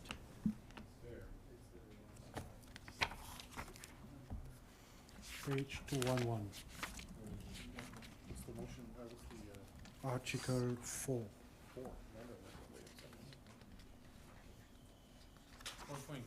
4.2.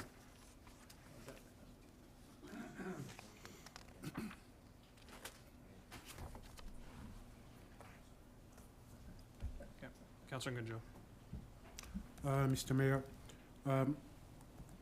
so I support this amendment. I would like to move some amendment to this draft proposed procedural bylaw. So I'm going to support what my colleague Councillor Good proposed, and I think it's something that we should keep making our meeting at 6 p.m. for many reasons. First, most of the councillor have a position, and we are obliged to be here to make a good debate. So putting this out at starting the meeting at 5:30 is gonna damage the quality of meeting that we have, due to the fact that many of councillors will not be present. And we were elected to discuss, to be all around the table and to discuss firmly about the debate. So I think we should make all our possible to have the whole council present and to make a good decision, to make good debate for our residents. That is one point.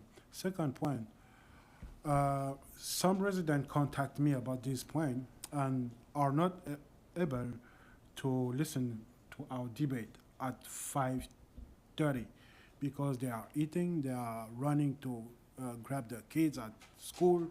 So a lot of residents will not be able to listen as they are doing right now because they are connected and they're listening to us. They're watching what we're doing. So due to those 2 points, I think we should keep our meeting out starting at 6 p.m. as proposed by Councillor Good. Thank you, Mr. Mayor. Okay. Councillor Hollingsworth. Thank you, Your Worship. I have some other issues to discuss, but I'll debate the motion on the floor first.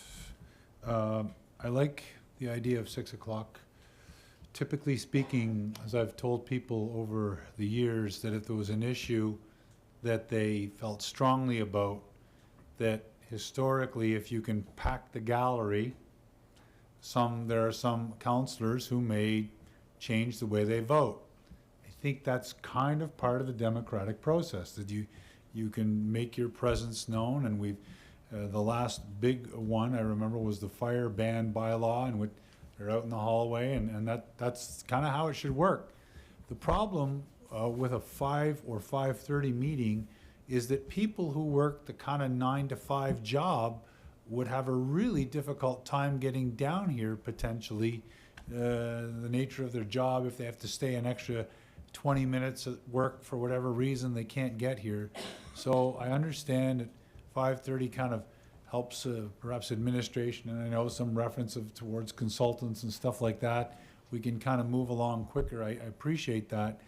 But I think that 6 o'clock seems to be the best compromise between the early and the late. The other thing, Your Worship, and we've discussed somewhat informally amongst some of my colleagues, is that historically it's always been Monday night, but I think Tuesday probably has some merit moving forward, simply because if you have a meeting on Monday, the weekend transpires, people don't necessarily stay cognizant of current events. It's not their big thing because they're doing their lives, if you will. So by waiting that extra day during the week, it's conceivable that the public who, okay, I'm back to work on Monday morning and I start keeping track, that there might be more aware of what's on the agenda and what's happening. And to me, it wouldn't really matter what night we pick, as long as it's, typically a weeknight seems to work better for people.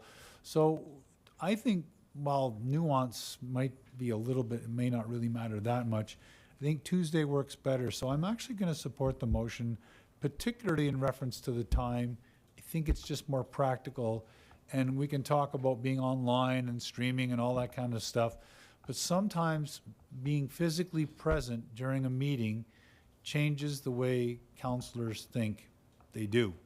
And I think that should be afforded to the public if they so choose to attend. So I'm going to support the motion. Further comments, Councillor Gardner? Even though I'm retired, I can remember leaving Sears, where I worked at the time when I was on council the first time, at 4:30 and running to try and get here sometimes. And I was on commission, so I was losing money. I was losing more money than what I was making here. I'm going to support the motion. Well, I was making good money. Yeah, I'll support the motion at 6 o'clock, because I can remember those days when I almost ran into people running to get here in time. And that's when I used to be able to run. So anyway, I'll support your motion. Councillor Hebert. Thank you, Mr. Mayor. I too will support the motion. I think 6 o'clock is kind of the magic number, because I feel like if we were to go any earlier, obviously echoing the same concerns, but I also feel that 7 o'clock is sometimes too late for some folks. If they do have kids and whatnot, they cannot attend. By the time a presentation or something comes across our agenda, it's 8, 9 o'clock, and they need to be at home doing bedtime and whatnot. So I feel like 6 is kind of the perfect middle, where we're probably more accessible to more folks. And I certainly support moving it to Tuesdays for many reasons. I'm not sure how staff feel about the move to a Tuesday, but if you ask me, Mondays are always pretty heavy. And here we are keeping you here till 9, sometimes 10 o'clock, when Mondays are huge days for folks who are already pretty charged with a heavy workload, and would give folks an opportunity to catch up after a weekend, and an opportunity to answer our questions that come over the weekend while we're taking the time to read things, or even sometimes on Monday morning when we're trying to get through the rest of our agendas. So I think this is a really reasonable amendment to our meeting schedule, and I too will support it. Councillor McIntosh. Well, as a huge NFL fan, I don't like being here Monday nights. Monday night football. So Tuesdays, 6 o'clock, doesn't really matter. I'm retired, so starting time doesn't mean anything. But yeah, I'll switch to Tuesday and I can see the game on Monday night. Further questions, comments? Councillor Sabri. Watch the Jets lose. Thank you, Mr. Mayor. I just want to be absolutely certain on this. So we're talking at the start of the council meetings happening at 6 o'clock. I would take that in our usual format, that the in-camera meeting being the first item that we would have. No? So Madam then, Clerk? Through you, Mr. Mayor. No, we are reversing that order. We're going to start with the open, and we're going to mosey on to the in-camera, and then we'll reopen it to finish off the meeting.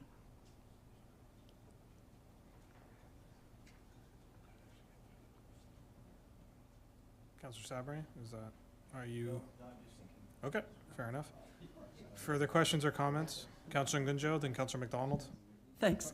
I'd just like a clarification of that. So if we start our open meeting at 6 o'clock, and then is there a certain point at which we move to the in-camera, or we simply wait till we finished all the business from the open? And then we have the in-camera, and then we go back into open to say goodnight? Have I got that right? Through you, Mr. Mayor.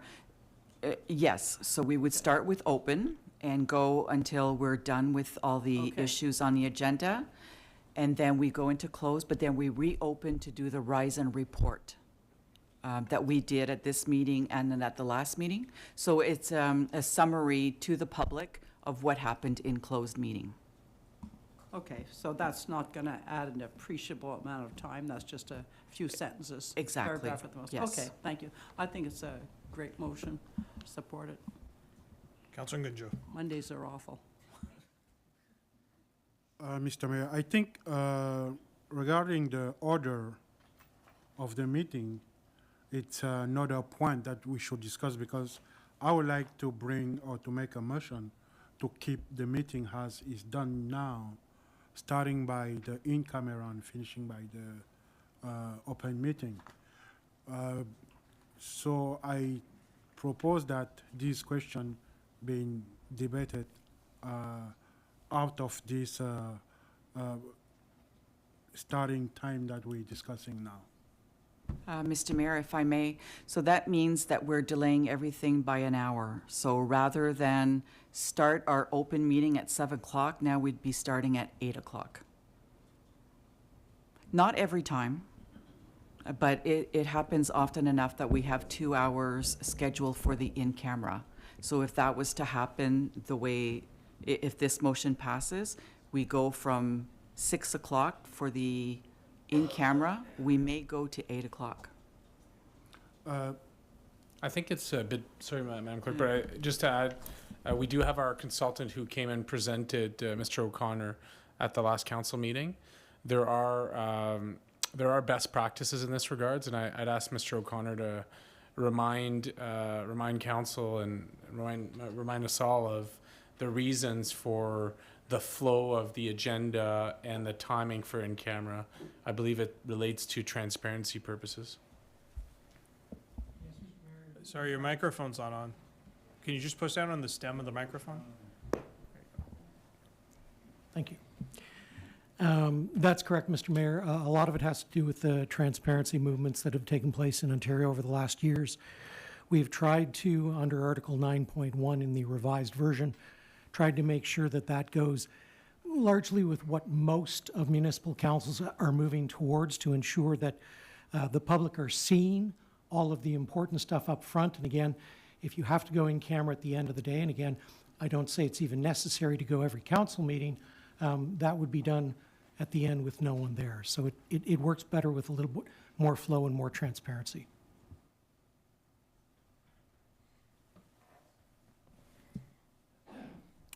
Mr. Mayor, I don't get this point about transparency, because since the council is running as we used to, we didn't have any problem of transparency coming from our residents. No, I didn't notice any problem that we had regarding this point. So I think the council has, even if we, due to the previous format, the public was very appreciating what we did before. So since we didn't have any issue regarding the timing of our meeting, I don't think it is a change that we should do, and I'm standing for that we keep things that work as he used to be. So I'm for the in-camera before and the public meeting after. We didn't have any problem, so I don't see why we should change. Thank you, Mr. Mayor. Councillor Good? Thank you, Mr. Mayor. I was just hoping we could vote on the motion that's on the table. It feels like we're talking about new things now. Okay, you're calling the vote? Okay, vote has been called. All in favor? All opposed? Motion is passed. Councillor Hollingsworth. Yes, Your Worship, I'd like to make an addition to the procedural bylaw. I don't know if you want it as a motion or, but basically, if I can ask my colleagues to check out 9.2 in the actual report, page 227 for you paper people. So basically, where it says agenda delivered electronic transmission, I would like to add and/or paper as part of that. So it would read, agenda be delivered electronic transmission by electronic transmission and/or paper to each member by clerk's division no later than Wednesday, so on and so forth. If I can get a seconder support that, Councillor McIntosh. and if I can speak to it, Your Worship. Councillor Hollingsworth. Ultimately, Your Worship, I can do certainly electronic. I did taught during COVID live, kids at home, kids in the building. I've certainly been my fair share of electronics. I can read it. It's not really rocket science. However, what I would suggest is that if we're all about ensuring that councillors receive all the information they need to make the best decision possible, then I would argue that not only should we receive all the information we need to make the best decision possible, but it should also be provided in the format that allows us to gain the information to make the best decision possible. And so while I can read electronics and stuff like that, when I come to meetings, quite honestly, I like to flip back and forth so that I can keep track of the motion and what's here. Now you can say, well, you can scroll up and down on your computer, and I've certainly done my fair share of that. But on a personal note, I just prefer paper. I just think it works better for me. Now maybe my colleagues don't agree, so be it. The original reason why we pitched electronics in the first place was the argument was we used to get our agendas in these neatly bound agenda packages with the rings and the whole bit. And the argument that the clerk's department presented, which was valid, was it was pretty time consuming to photocopy it, then press it, then bind it, and then deliver it. Well, if you look at it now, the way we get it, it's simply photocopied, 3-hole punch, and it's incumbent upon us as members to determine how we're going to lug it around, whether we want to put it in a binder, just leave it loose. And I've certainly, in my line of work, photocopying, I've done my fair share along the way.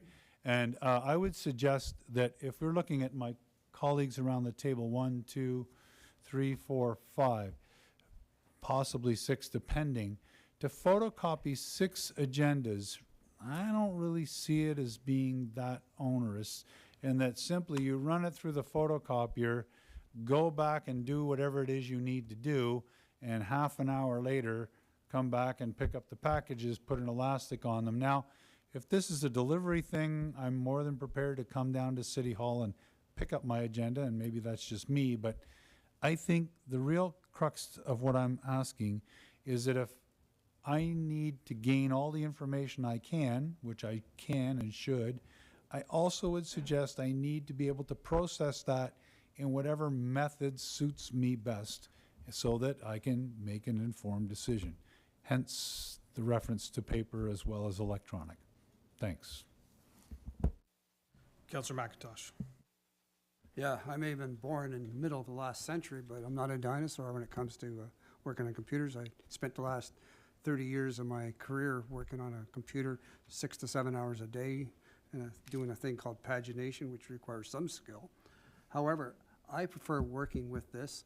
Often I'll take things off my laptop and move it over to my personal PC because I've got a 22-inch screen. It's much easier to read. I think that we should have a choice. We want it. We get it, and I agree. I like the idea if you want to get a hard copy, you come down and pick it up at City Hall. Eliminates the delivery problem if there's a problem there. But I just prefer, like I do with newspapers and magazines, although I do read a number of newspapers online every day, but I still prefer picking up a magazine or newspaper, going through, putting it down, marking it up, and whatnot. So I would support the motion for that reason. Councillor McDonald. Here, here, and ditto. Thank you. Thank you, Councillor Sabri. I could almost be as concise as Councillor McDonald, but I also see this as a bit of a health and safety issues for those of us that are working in front of computers for any long period of time. I can sit before my computer for 4 to 9 hours a day, whether I'm at tribunal or doing my work in that. I find the hard copy very comforting and relaxing to be able to move away from the computer to do the work, but that becomes the very issue, is the computer itself. It's not in your best interest to spend long hours in front of the computer. You hear it time and time again. For that reason, I'd like to have that hard copy that I can hold in my hands and jot my little notes and put my little stickies to as well, as opposed to on a piece of computer and then have to take it home. Further questions, comments? Councillor Gardner? Yeah, I'll say ditto too, but thank you for letting me speak. I had a conversation earlier with someone else, and I do not, my iPad that I have given to me by the city sits idle because the fonts are too small. I went to IT and had them enlarged. Still, there are times when I can't read what's on that little. I have my own 20-inch, which I use for everything else, and I want my agenda in paper. I made paper like Mr. Hollingsworth for a while, so maybe we'll stick to that. And maybe I'm just an old fogey, but at the end of the day, those computers, those iPads that they gave us, way too small. Councillor Good. Thank you, through you, Mr. Mayor. I want to be empathetic to my colleagues around the table who are accustomed to doing things on paper, and I will admit, as someone who does almost everything electronically, I still take my notes in a notebook because there's something about putting pen to paper. I think that being said, that, you know, we're provided with these pieces of machinery for a very important purpose. They're not just for our council reports. They connect us to our email, where people are connecting with us and reaching out to us. So it is important, and I think these devices are used. And frankly, at my own home, I also have external monitors, and I was provided with the IT department with a nice little docking station that I can clip it in, and it goes onto my big screen. So I'm able to do exactly what some of my colleagues were talking about. And I totally get it. This is like an 11-inch screen or something. It's pretty small. I do want us to be mindful of the fact that, you know, it's wasteful, both from a resource perspective and from a funding perspective. And if we're talking that on average, our packages are about 300 pages every meeting, and we're having just council, not including PAC, 21 meetings a year, that's like almost 38,000 pages printed every year, 38,000. So I'm not trying to argue the other way. I just want to put it into perspective that we're mindful of the consumption, and that we try and make best use of the technology that we do have. And I know, and I'm sure that IT would support any kind of accommodations that people require in order to make it more accessible for them. Thank you. Further questions or comments? I'm going to go to Councillor Hebert first, just because I recognized you, Councillor Gardner. I'll come back. I'm torn, but I know where I'm going to go with this. I think back 9 years ago, we were one of the first ones to say, hey, we don't need paper anymore, and sort of phased it out because we'd get these, jumbo packages when it was emailed to us or available online anyways. And I will always stick to the virtual copy and refuse any paper. And I think we've transitioned at a lot of the committees of council and boards that we've been appointed to that, they've either the entire board doesn't receive it paper anymore, or at least they know my preferences and they don't send me a copy. But I think I am sympathetic to those who prefer the paper. And I realize that if this is what you prefer, I think you should have that choice. Because if someone told me I had to read it on paper form, I'd be pretty upset about it. So just trying to put myself in your shoes and reverse my roles. And if my technology was taken away and I was told I had to stick to paper, although I am still paper for a lot of things, I just think it should be the counselor's choice. Also, I want a docking station. Yeah, go ask Oh, yeah, okay. That's it, thanks. I have Councillor Gardner. Just a clarification. I don't use the iPad, but all my messages come to me on the phone. So I get every message that's sent out to the iPad, to my phone, and I'm able to get all my messages. Councillor Hollingsworth, were you looking to wrap up? Yeah. Can I recognize Councillor Gunjo first? Sure. Thank you. Councillor Gunjo. Mr. Mayor, just I would like to pin the point. The question here is how we're going to help the councillor to make the best decision. And I totally support what was shared with Councillor Jean. Even if it's a matter of environment, we're using a lot of paper, I would not like to be responsible of a decision that I took due to the fact that I was not able to do my work because I didn't have what I need. So the question here is what the councillor need to be very efficient. If it is the paper, so we go for the paper. So depending on each councillor, I think we can have the ability to choose what we want. And having a laptop, it's something that can help too. I'm using both of them, so I'm very versatile with that. So that is a good point that Councillor Dean bring on the table. So I'm going to support this motion. And paper or laptop, sometimes we need both of them. Thank you. I'm going to jump in just before you wrap up, Councillor. I will support the motion. I'm sympathetic. I mean, as you know, I'm a big lover of technology, adopter of technology. It's no secret. But at the same time, I agree with the comments that have been said that councillors need to feel they have the tools they need to do the job. And if that means paper, that means paper. I'm not going to try to rob you of that ability or your preference, right? I think it is a preference, frankly. You can opt into technology, you can opt into paper. So whichever works best for you is whatever works best. Councillor Hollingsworth. Thank you, Worship. I'll be short and sweet. All I'm really asking for is the choice, and we can come to terms with the man in the mirror at the end of the day, but I'm just asking for the choice. Thank you. Okay. All in favor? All opposed? Okay, it's carried. Thank you. Any more motions on the procedural bylaw? Councillor Gunjo. Thank you, Mr. Mayor. It's about, so I would like the section 9(1) and 45 being amended so that a new and separated item be created for tenders on approval or expenditures. So I would like to separate them. Why? Before you go into that, if you're making a motion, I'd be looking for a seconder first. Is there a seconder?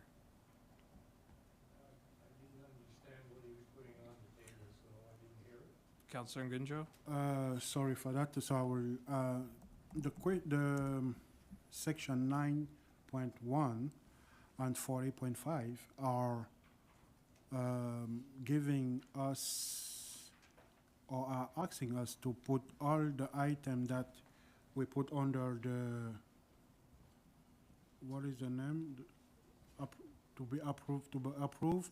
So I'm asking that the tenders being separate with the approval or expenditures, so that we can see what we are expending, what we are voting for expenditures, instead of having tenders and expenditure together in a same chapter.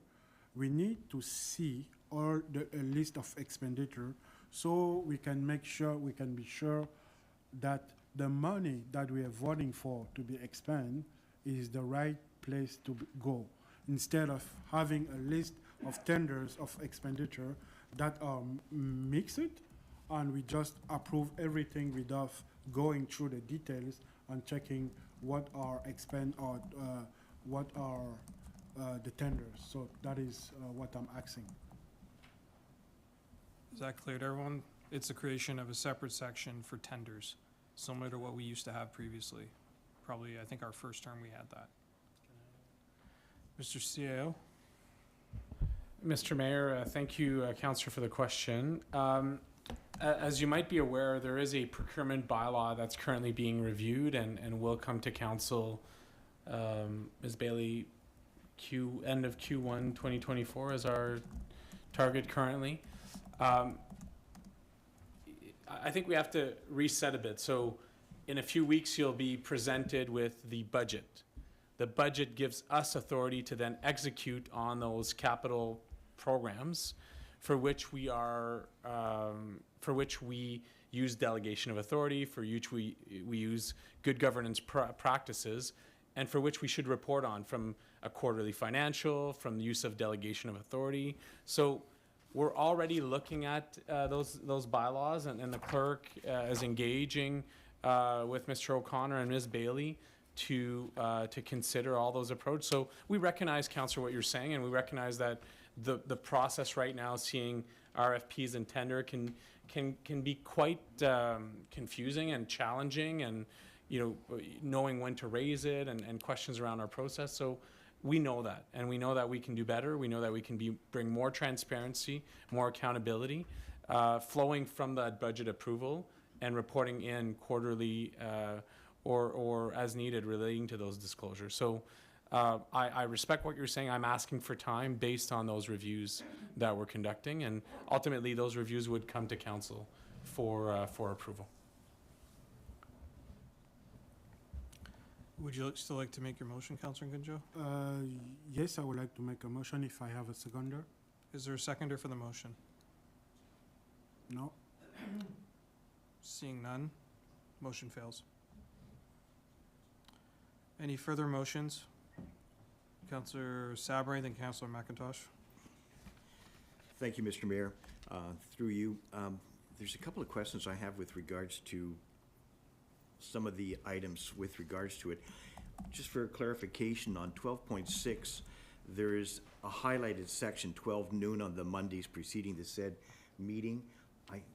I gathered that was just an editorial slip, that someone didn't remove the highlighter from when that was drafted. Just wanted to make sure. Thank you. With regards to the Article 17.1 on inquiries, the 24 business hours, could we define the business hours so that anyone looking at this will understand as to what the business hours we're referring to?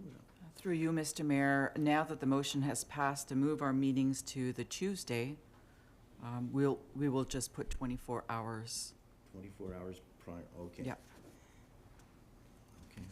So which means that you have all day Monday to contact us, right? Sure. The, if I'm going to page 244 on 26.5, contrary to the main motion, not in order. A main motion to amend shall not be in order if it not germane? If not germane? It is. Thank you.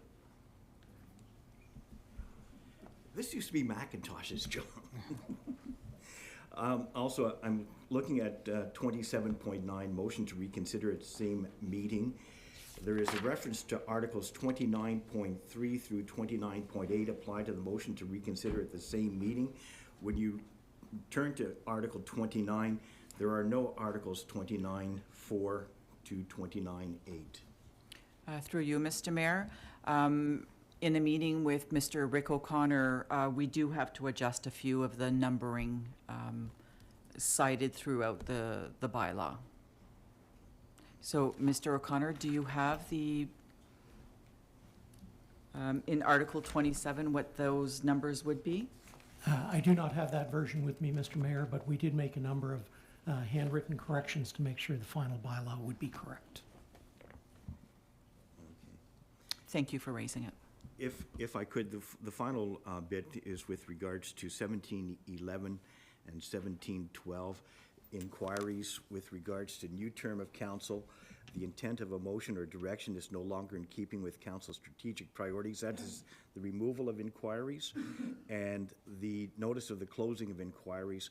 I still think that there should be a mechanism where an inquiry can stand from the previous council term into the next council term, and that, particularly if the councillor has been there, or it just leaves the administration with the option of letting the clock run out on inquiries, not addressing them as well. So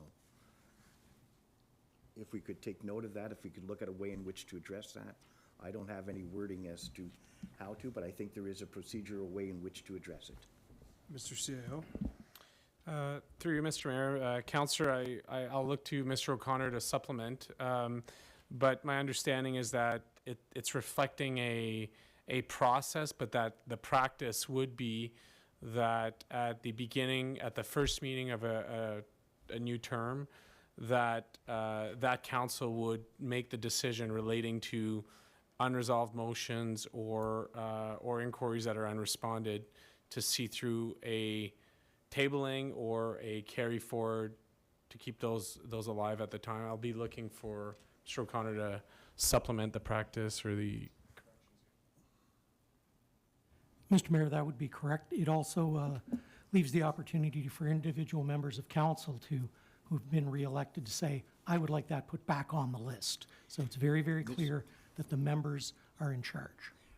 Mr. Mayor, I just feel that the language doesn't reflect that. That's. Would you like to make a motion to correct the language?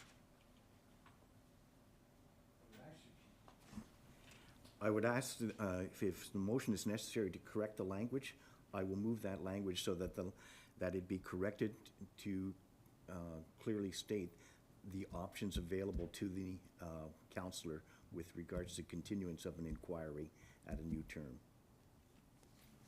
Is there a seconder? Councillor McDonald? Any debate on the motion? All in favor? Okay, it's carried. Councillor Sabran, did you have any other points at this time? You said it. I have Councillor McIntosh next.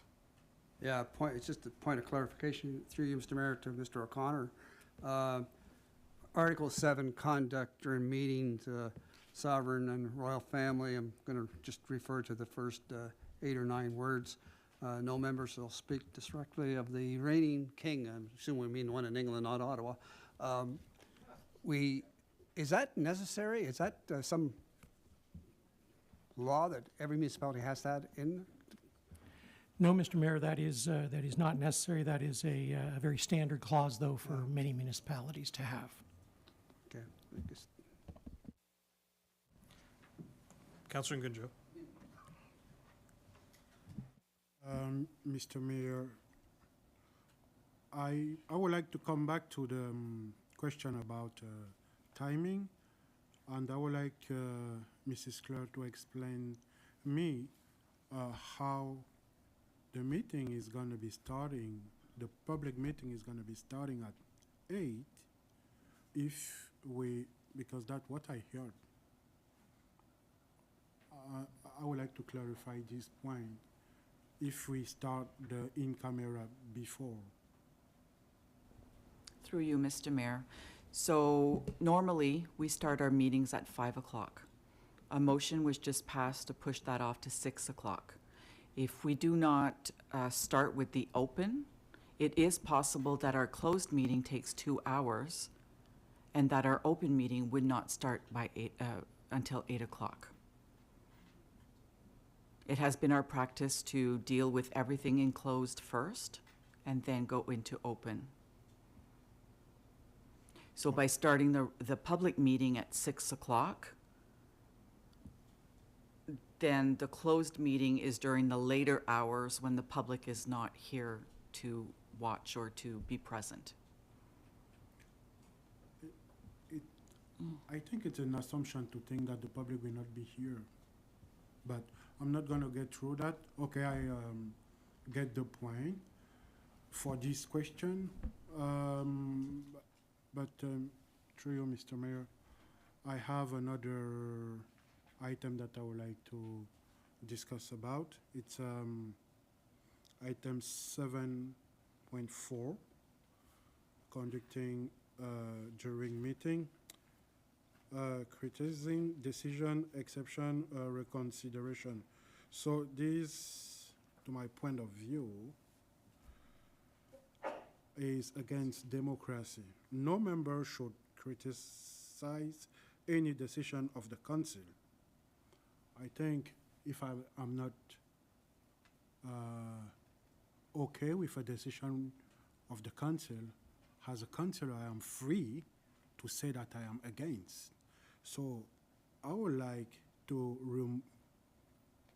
remove this 7.5 from this document. I think I need a motion for that. 7.4. 4, yes. Yes, you do need a motion. And Are you making that? I hope I will have a seconder now. Councillor Hollingsworth, seconds. Okay, debate on this part, this motion. I'm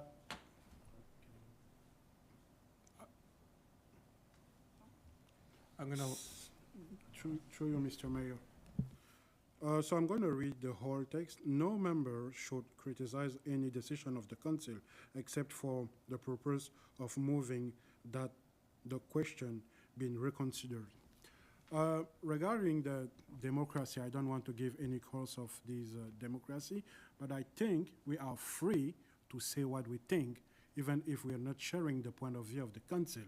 If a question, I'm not okay with a question that was a debate or a decision that was taken by the council, I think as a councillor I am free to share my point of view. That is a base of democracy, and I would like to defend this point here, and I hope my colleagues are going to follow me for this. Thank you, Mr. Mayor. Thank you. Further comment, Councillor Hollingsworth? I actually agree with Councillor Joe. I should be allowed, as an elected official, to say that I think council's made an incorrect decision as one councillor.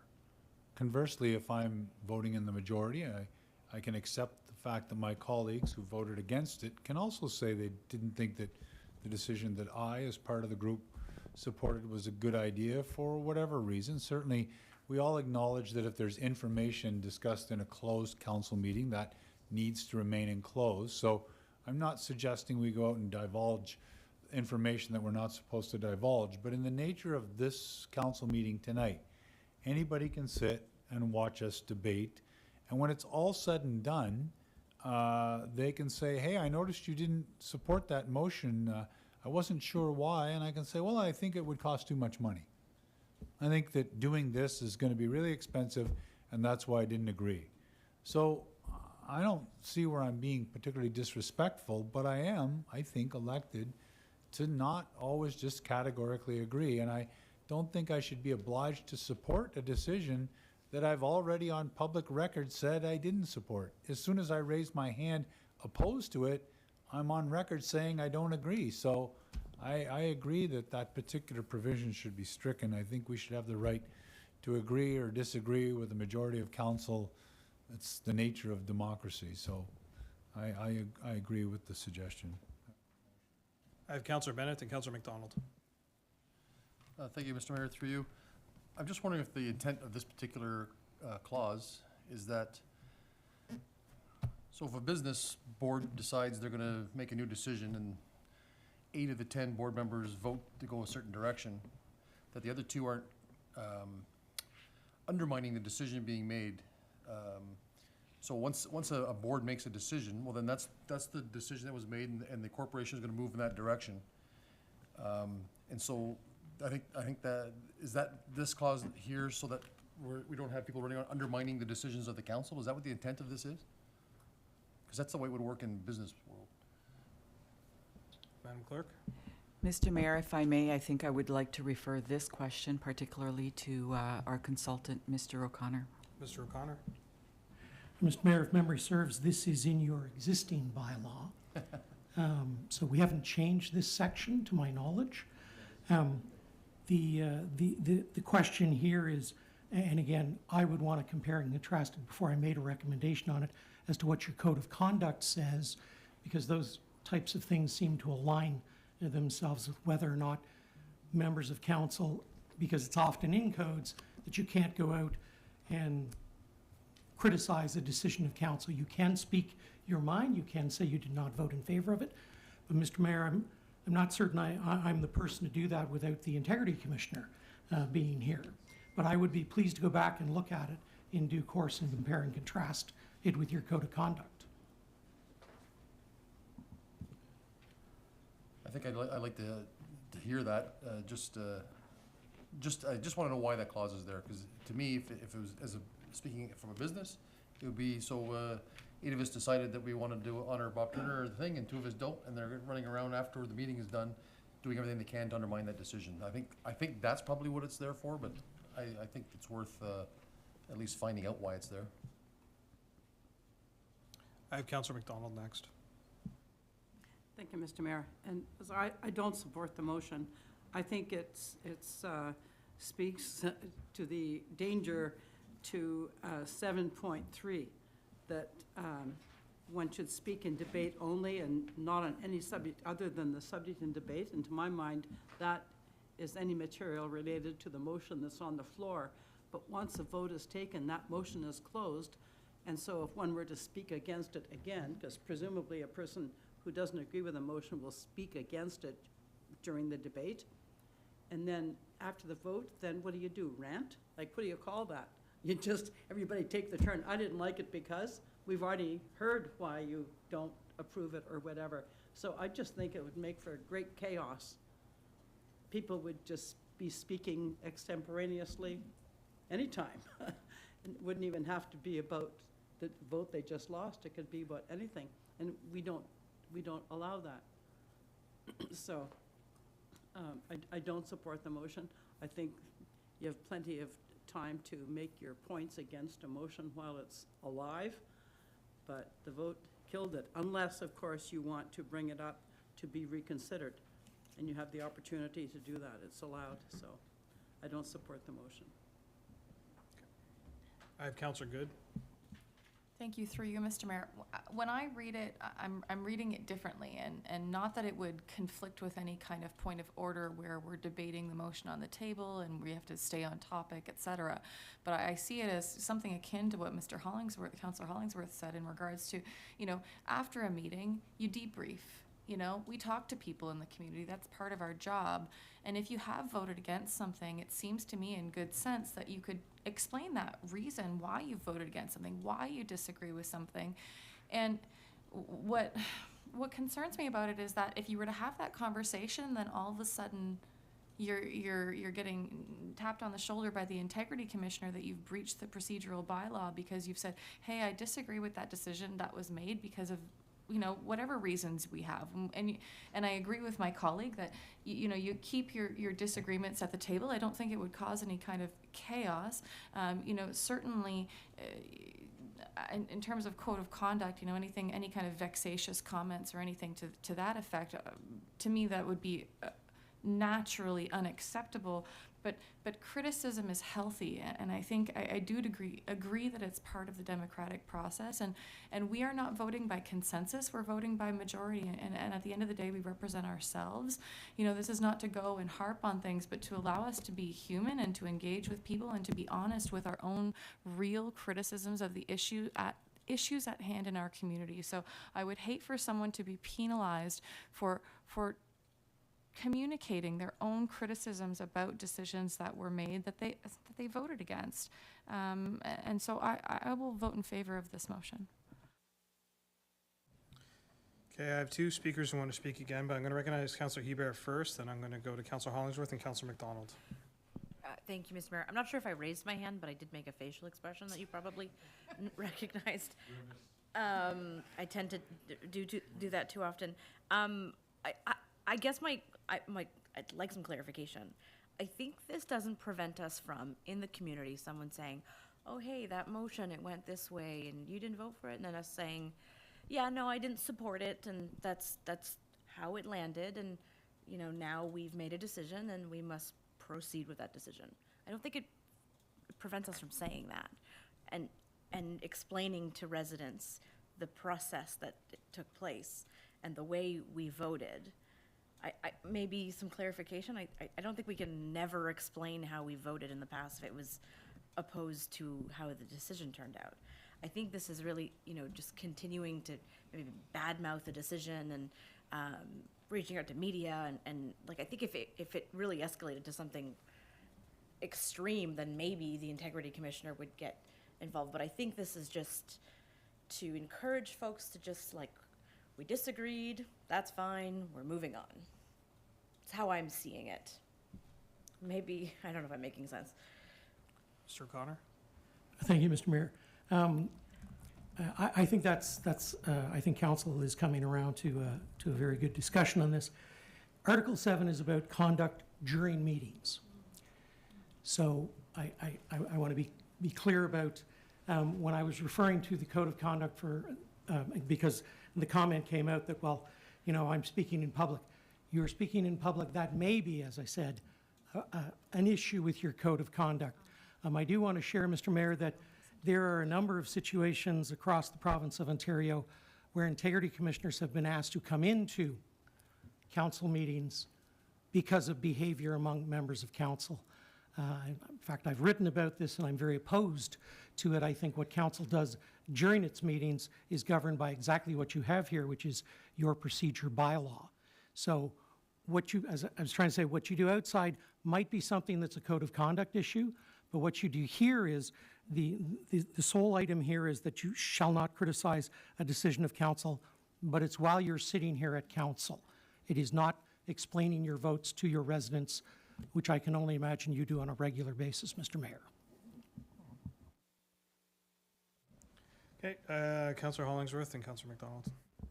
Well, I just want to point out to my colleagues, if you take a look at 7.8 on the next page, it almost seems to contradict 7.4. Now, maybe I'm not getting the reading right. 7.4 says we're not allowed to criticize the decision of council except for the purpose of moving that question reconsidered. And then 7.8 says, yeah, but you can articulate your own position as long as it's not something discussed and closed. So it's like we've got two provisions that say the opposite. So I guess from my perspective, getting rid of 7.4 validates 7.8. And if you're all about 7.4, then you kind of have to get rid of 7.8 because they sort of say the opposite. One says you can't criticize decisions of council, but then the other says, yeah, but you're allowed to speak your position if you want. So I'm going to support the motion just because to me it kind of cleans up that conundrum in our own procedural bylaw. And yeah, that's not new. That's been there since, I don't know, 91 when I first showed up. So I'm going to support the motion and we'll see where it goes. Councillor McDonald, then Councillor Gardner. Thank you, Mr. Mayor. So before Mr. O'Connor clarified, I was going to apologize for wasting everybody's time because I had assumed that this was 7.4 is prohibiting a discussion during the meeting after the vote is taken, which I think would be totally chaotic. And then when Councillor Hebert spoke, I thought, well, we all go out after meetings and discuss the votes, you know, or the position. I only meant during a meeting when I think it would be total chaos. But then, so I thank Mr. O'Connor for clarifying that because I think it's a really important point. But then that brings up 7.8 that Councillor Hollingsworth raised. It's my impression that we don't discuss what has transpired during an in-camera meeting. Like at some point, the decision becomes known if it makes it into the open meeting. But, you know, say if it's a matter of an employee or something like that, it would never be discussed. So I'm just a little bit unclear about the extent of the prohibition against speaking as outlined in 7.8, because as far as I'm concerned, in-camera material stays there. So where does that land? Maybe Mr. O'Connor might Mr. O'Connor? discuss that for us. Well, thank you, Mr. Mayor. When you look at Article 7.8, unless council vote determines otherwise, upon the public disclosure of any report discussed in camera. Councillor Gardner. Further discussion, debate? Okay, seeing none. All in favor?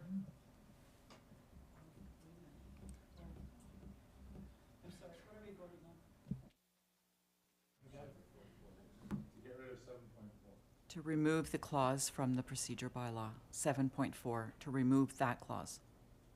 Well, it was during the course of a meeting, as it stands here, I'm not in favor of it, so sorry. Okay, we're gonna call the vote again. All in favor? All opposed? Motion passes. Thank you.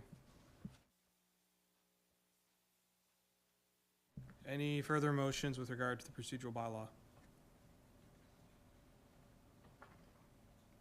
Can I get a motion to approve the procedural bylaw? As amended. As amended, thank you. Councillor Bennett, Councillor Hebert, all in favor? Carried, thank you.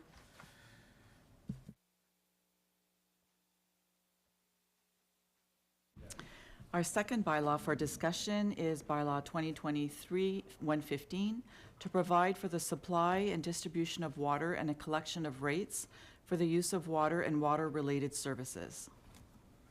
Moved by Councillor Bennett, seconded by Councillor Gardner. Councillor Hollingsworth? Thank you, Your Worship. I'm gonna vote against it for the same reasons articulated during the actual waterworks discussion, budget debate.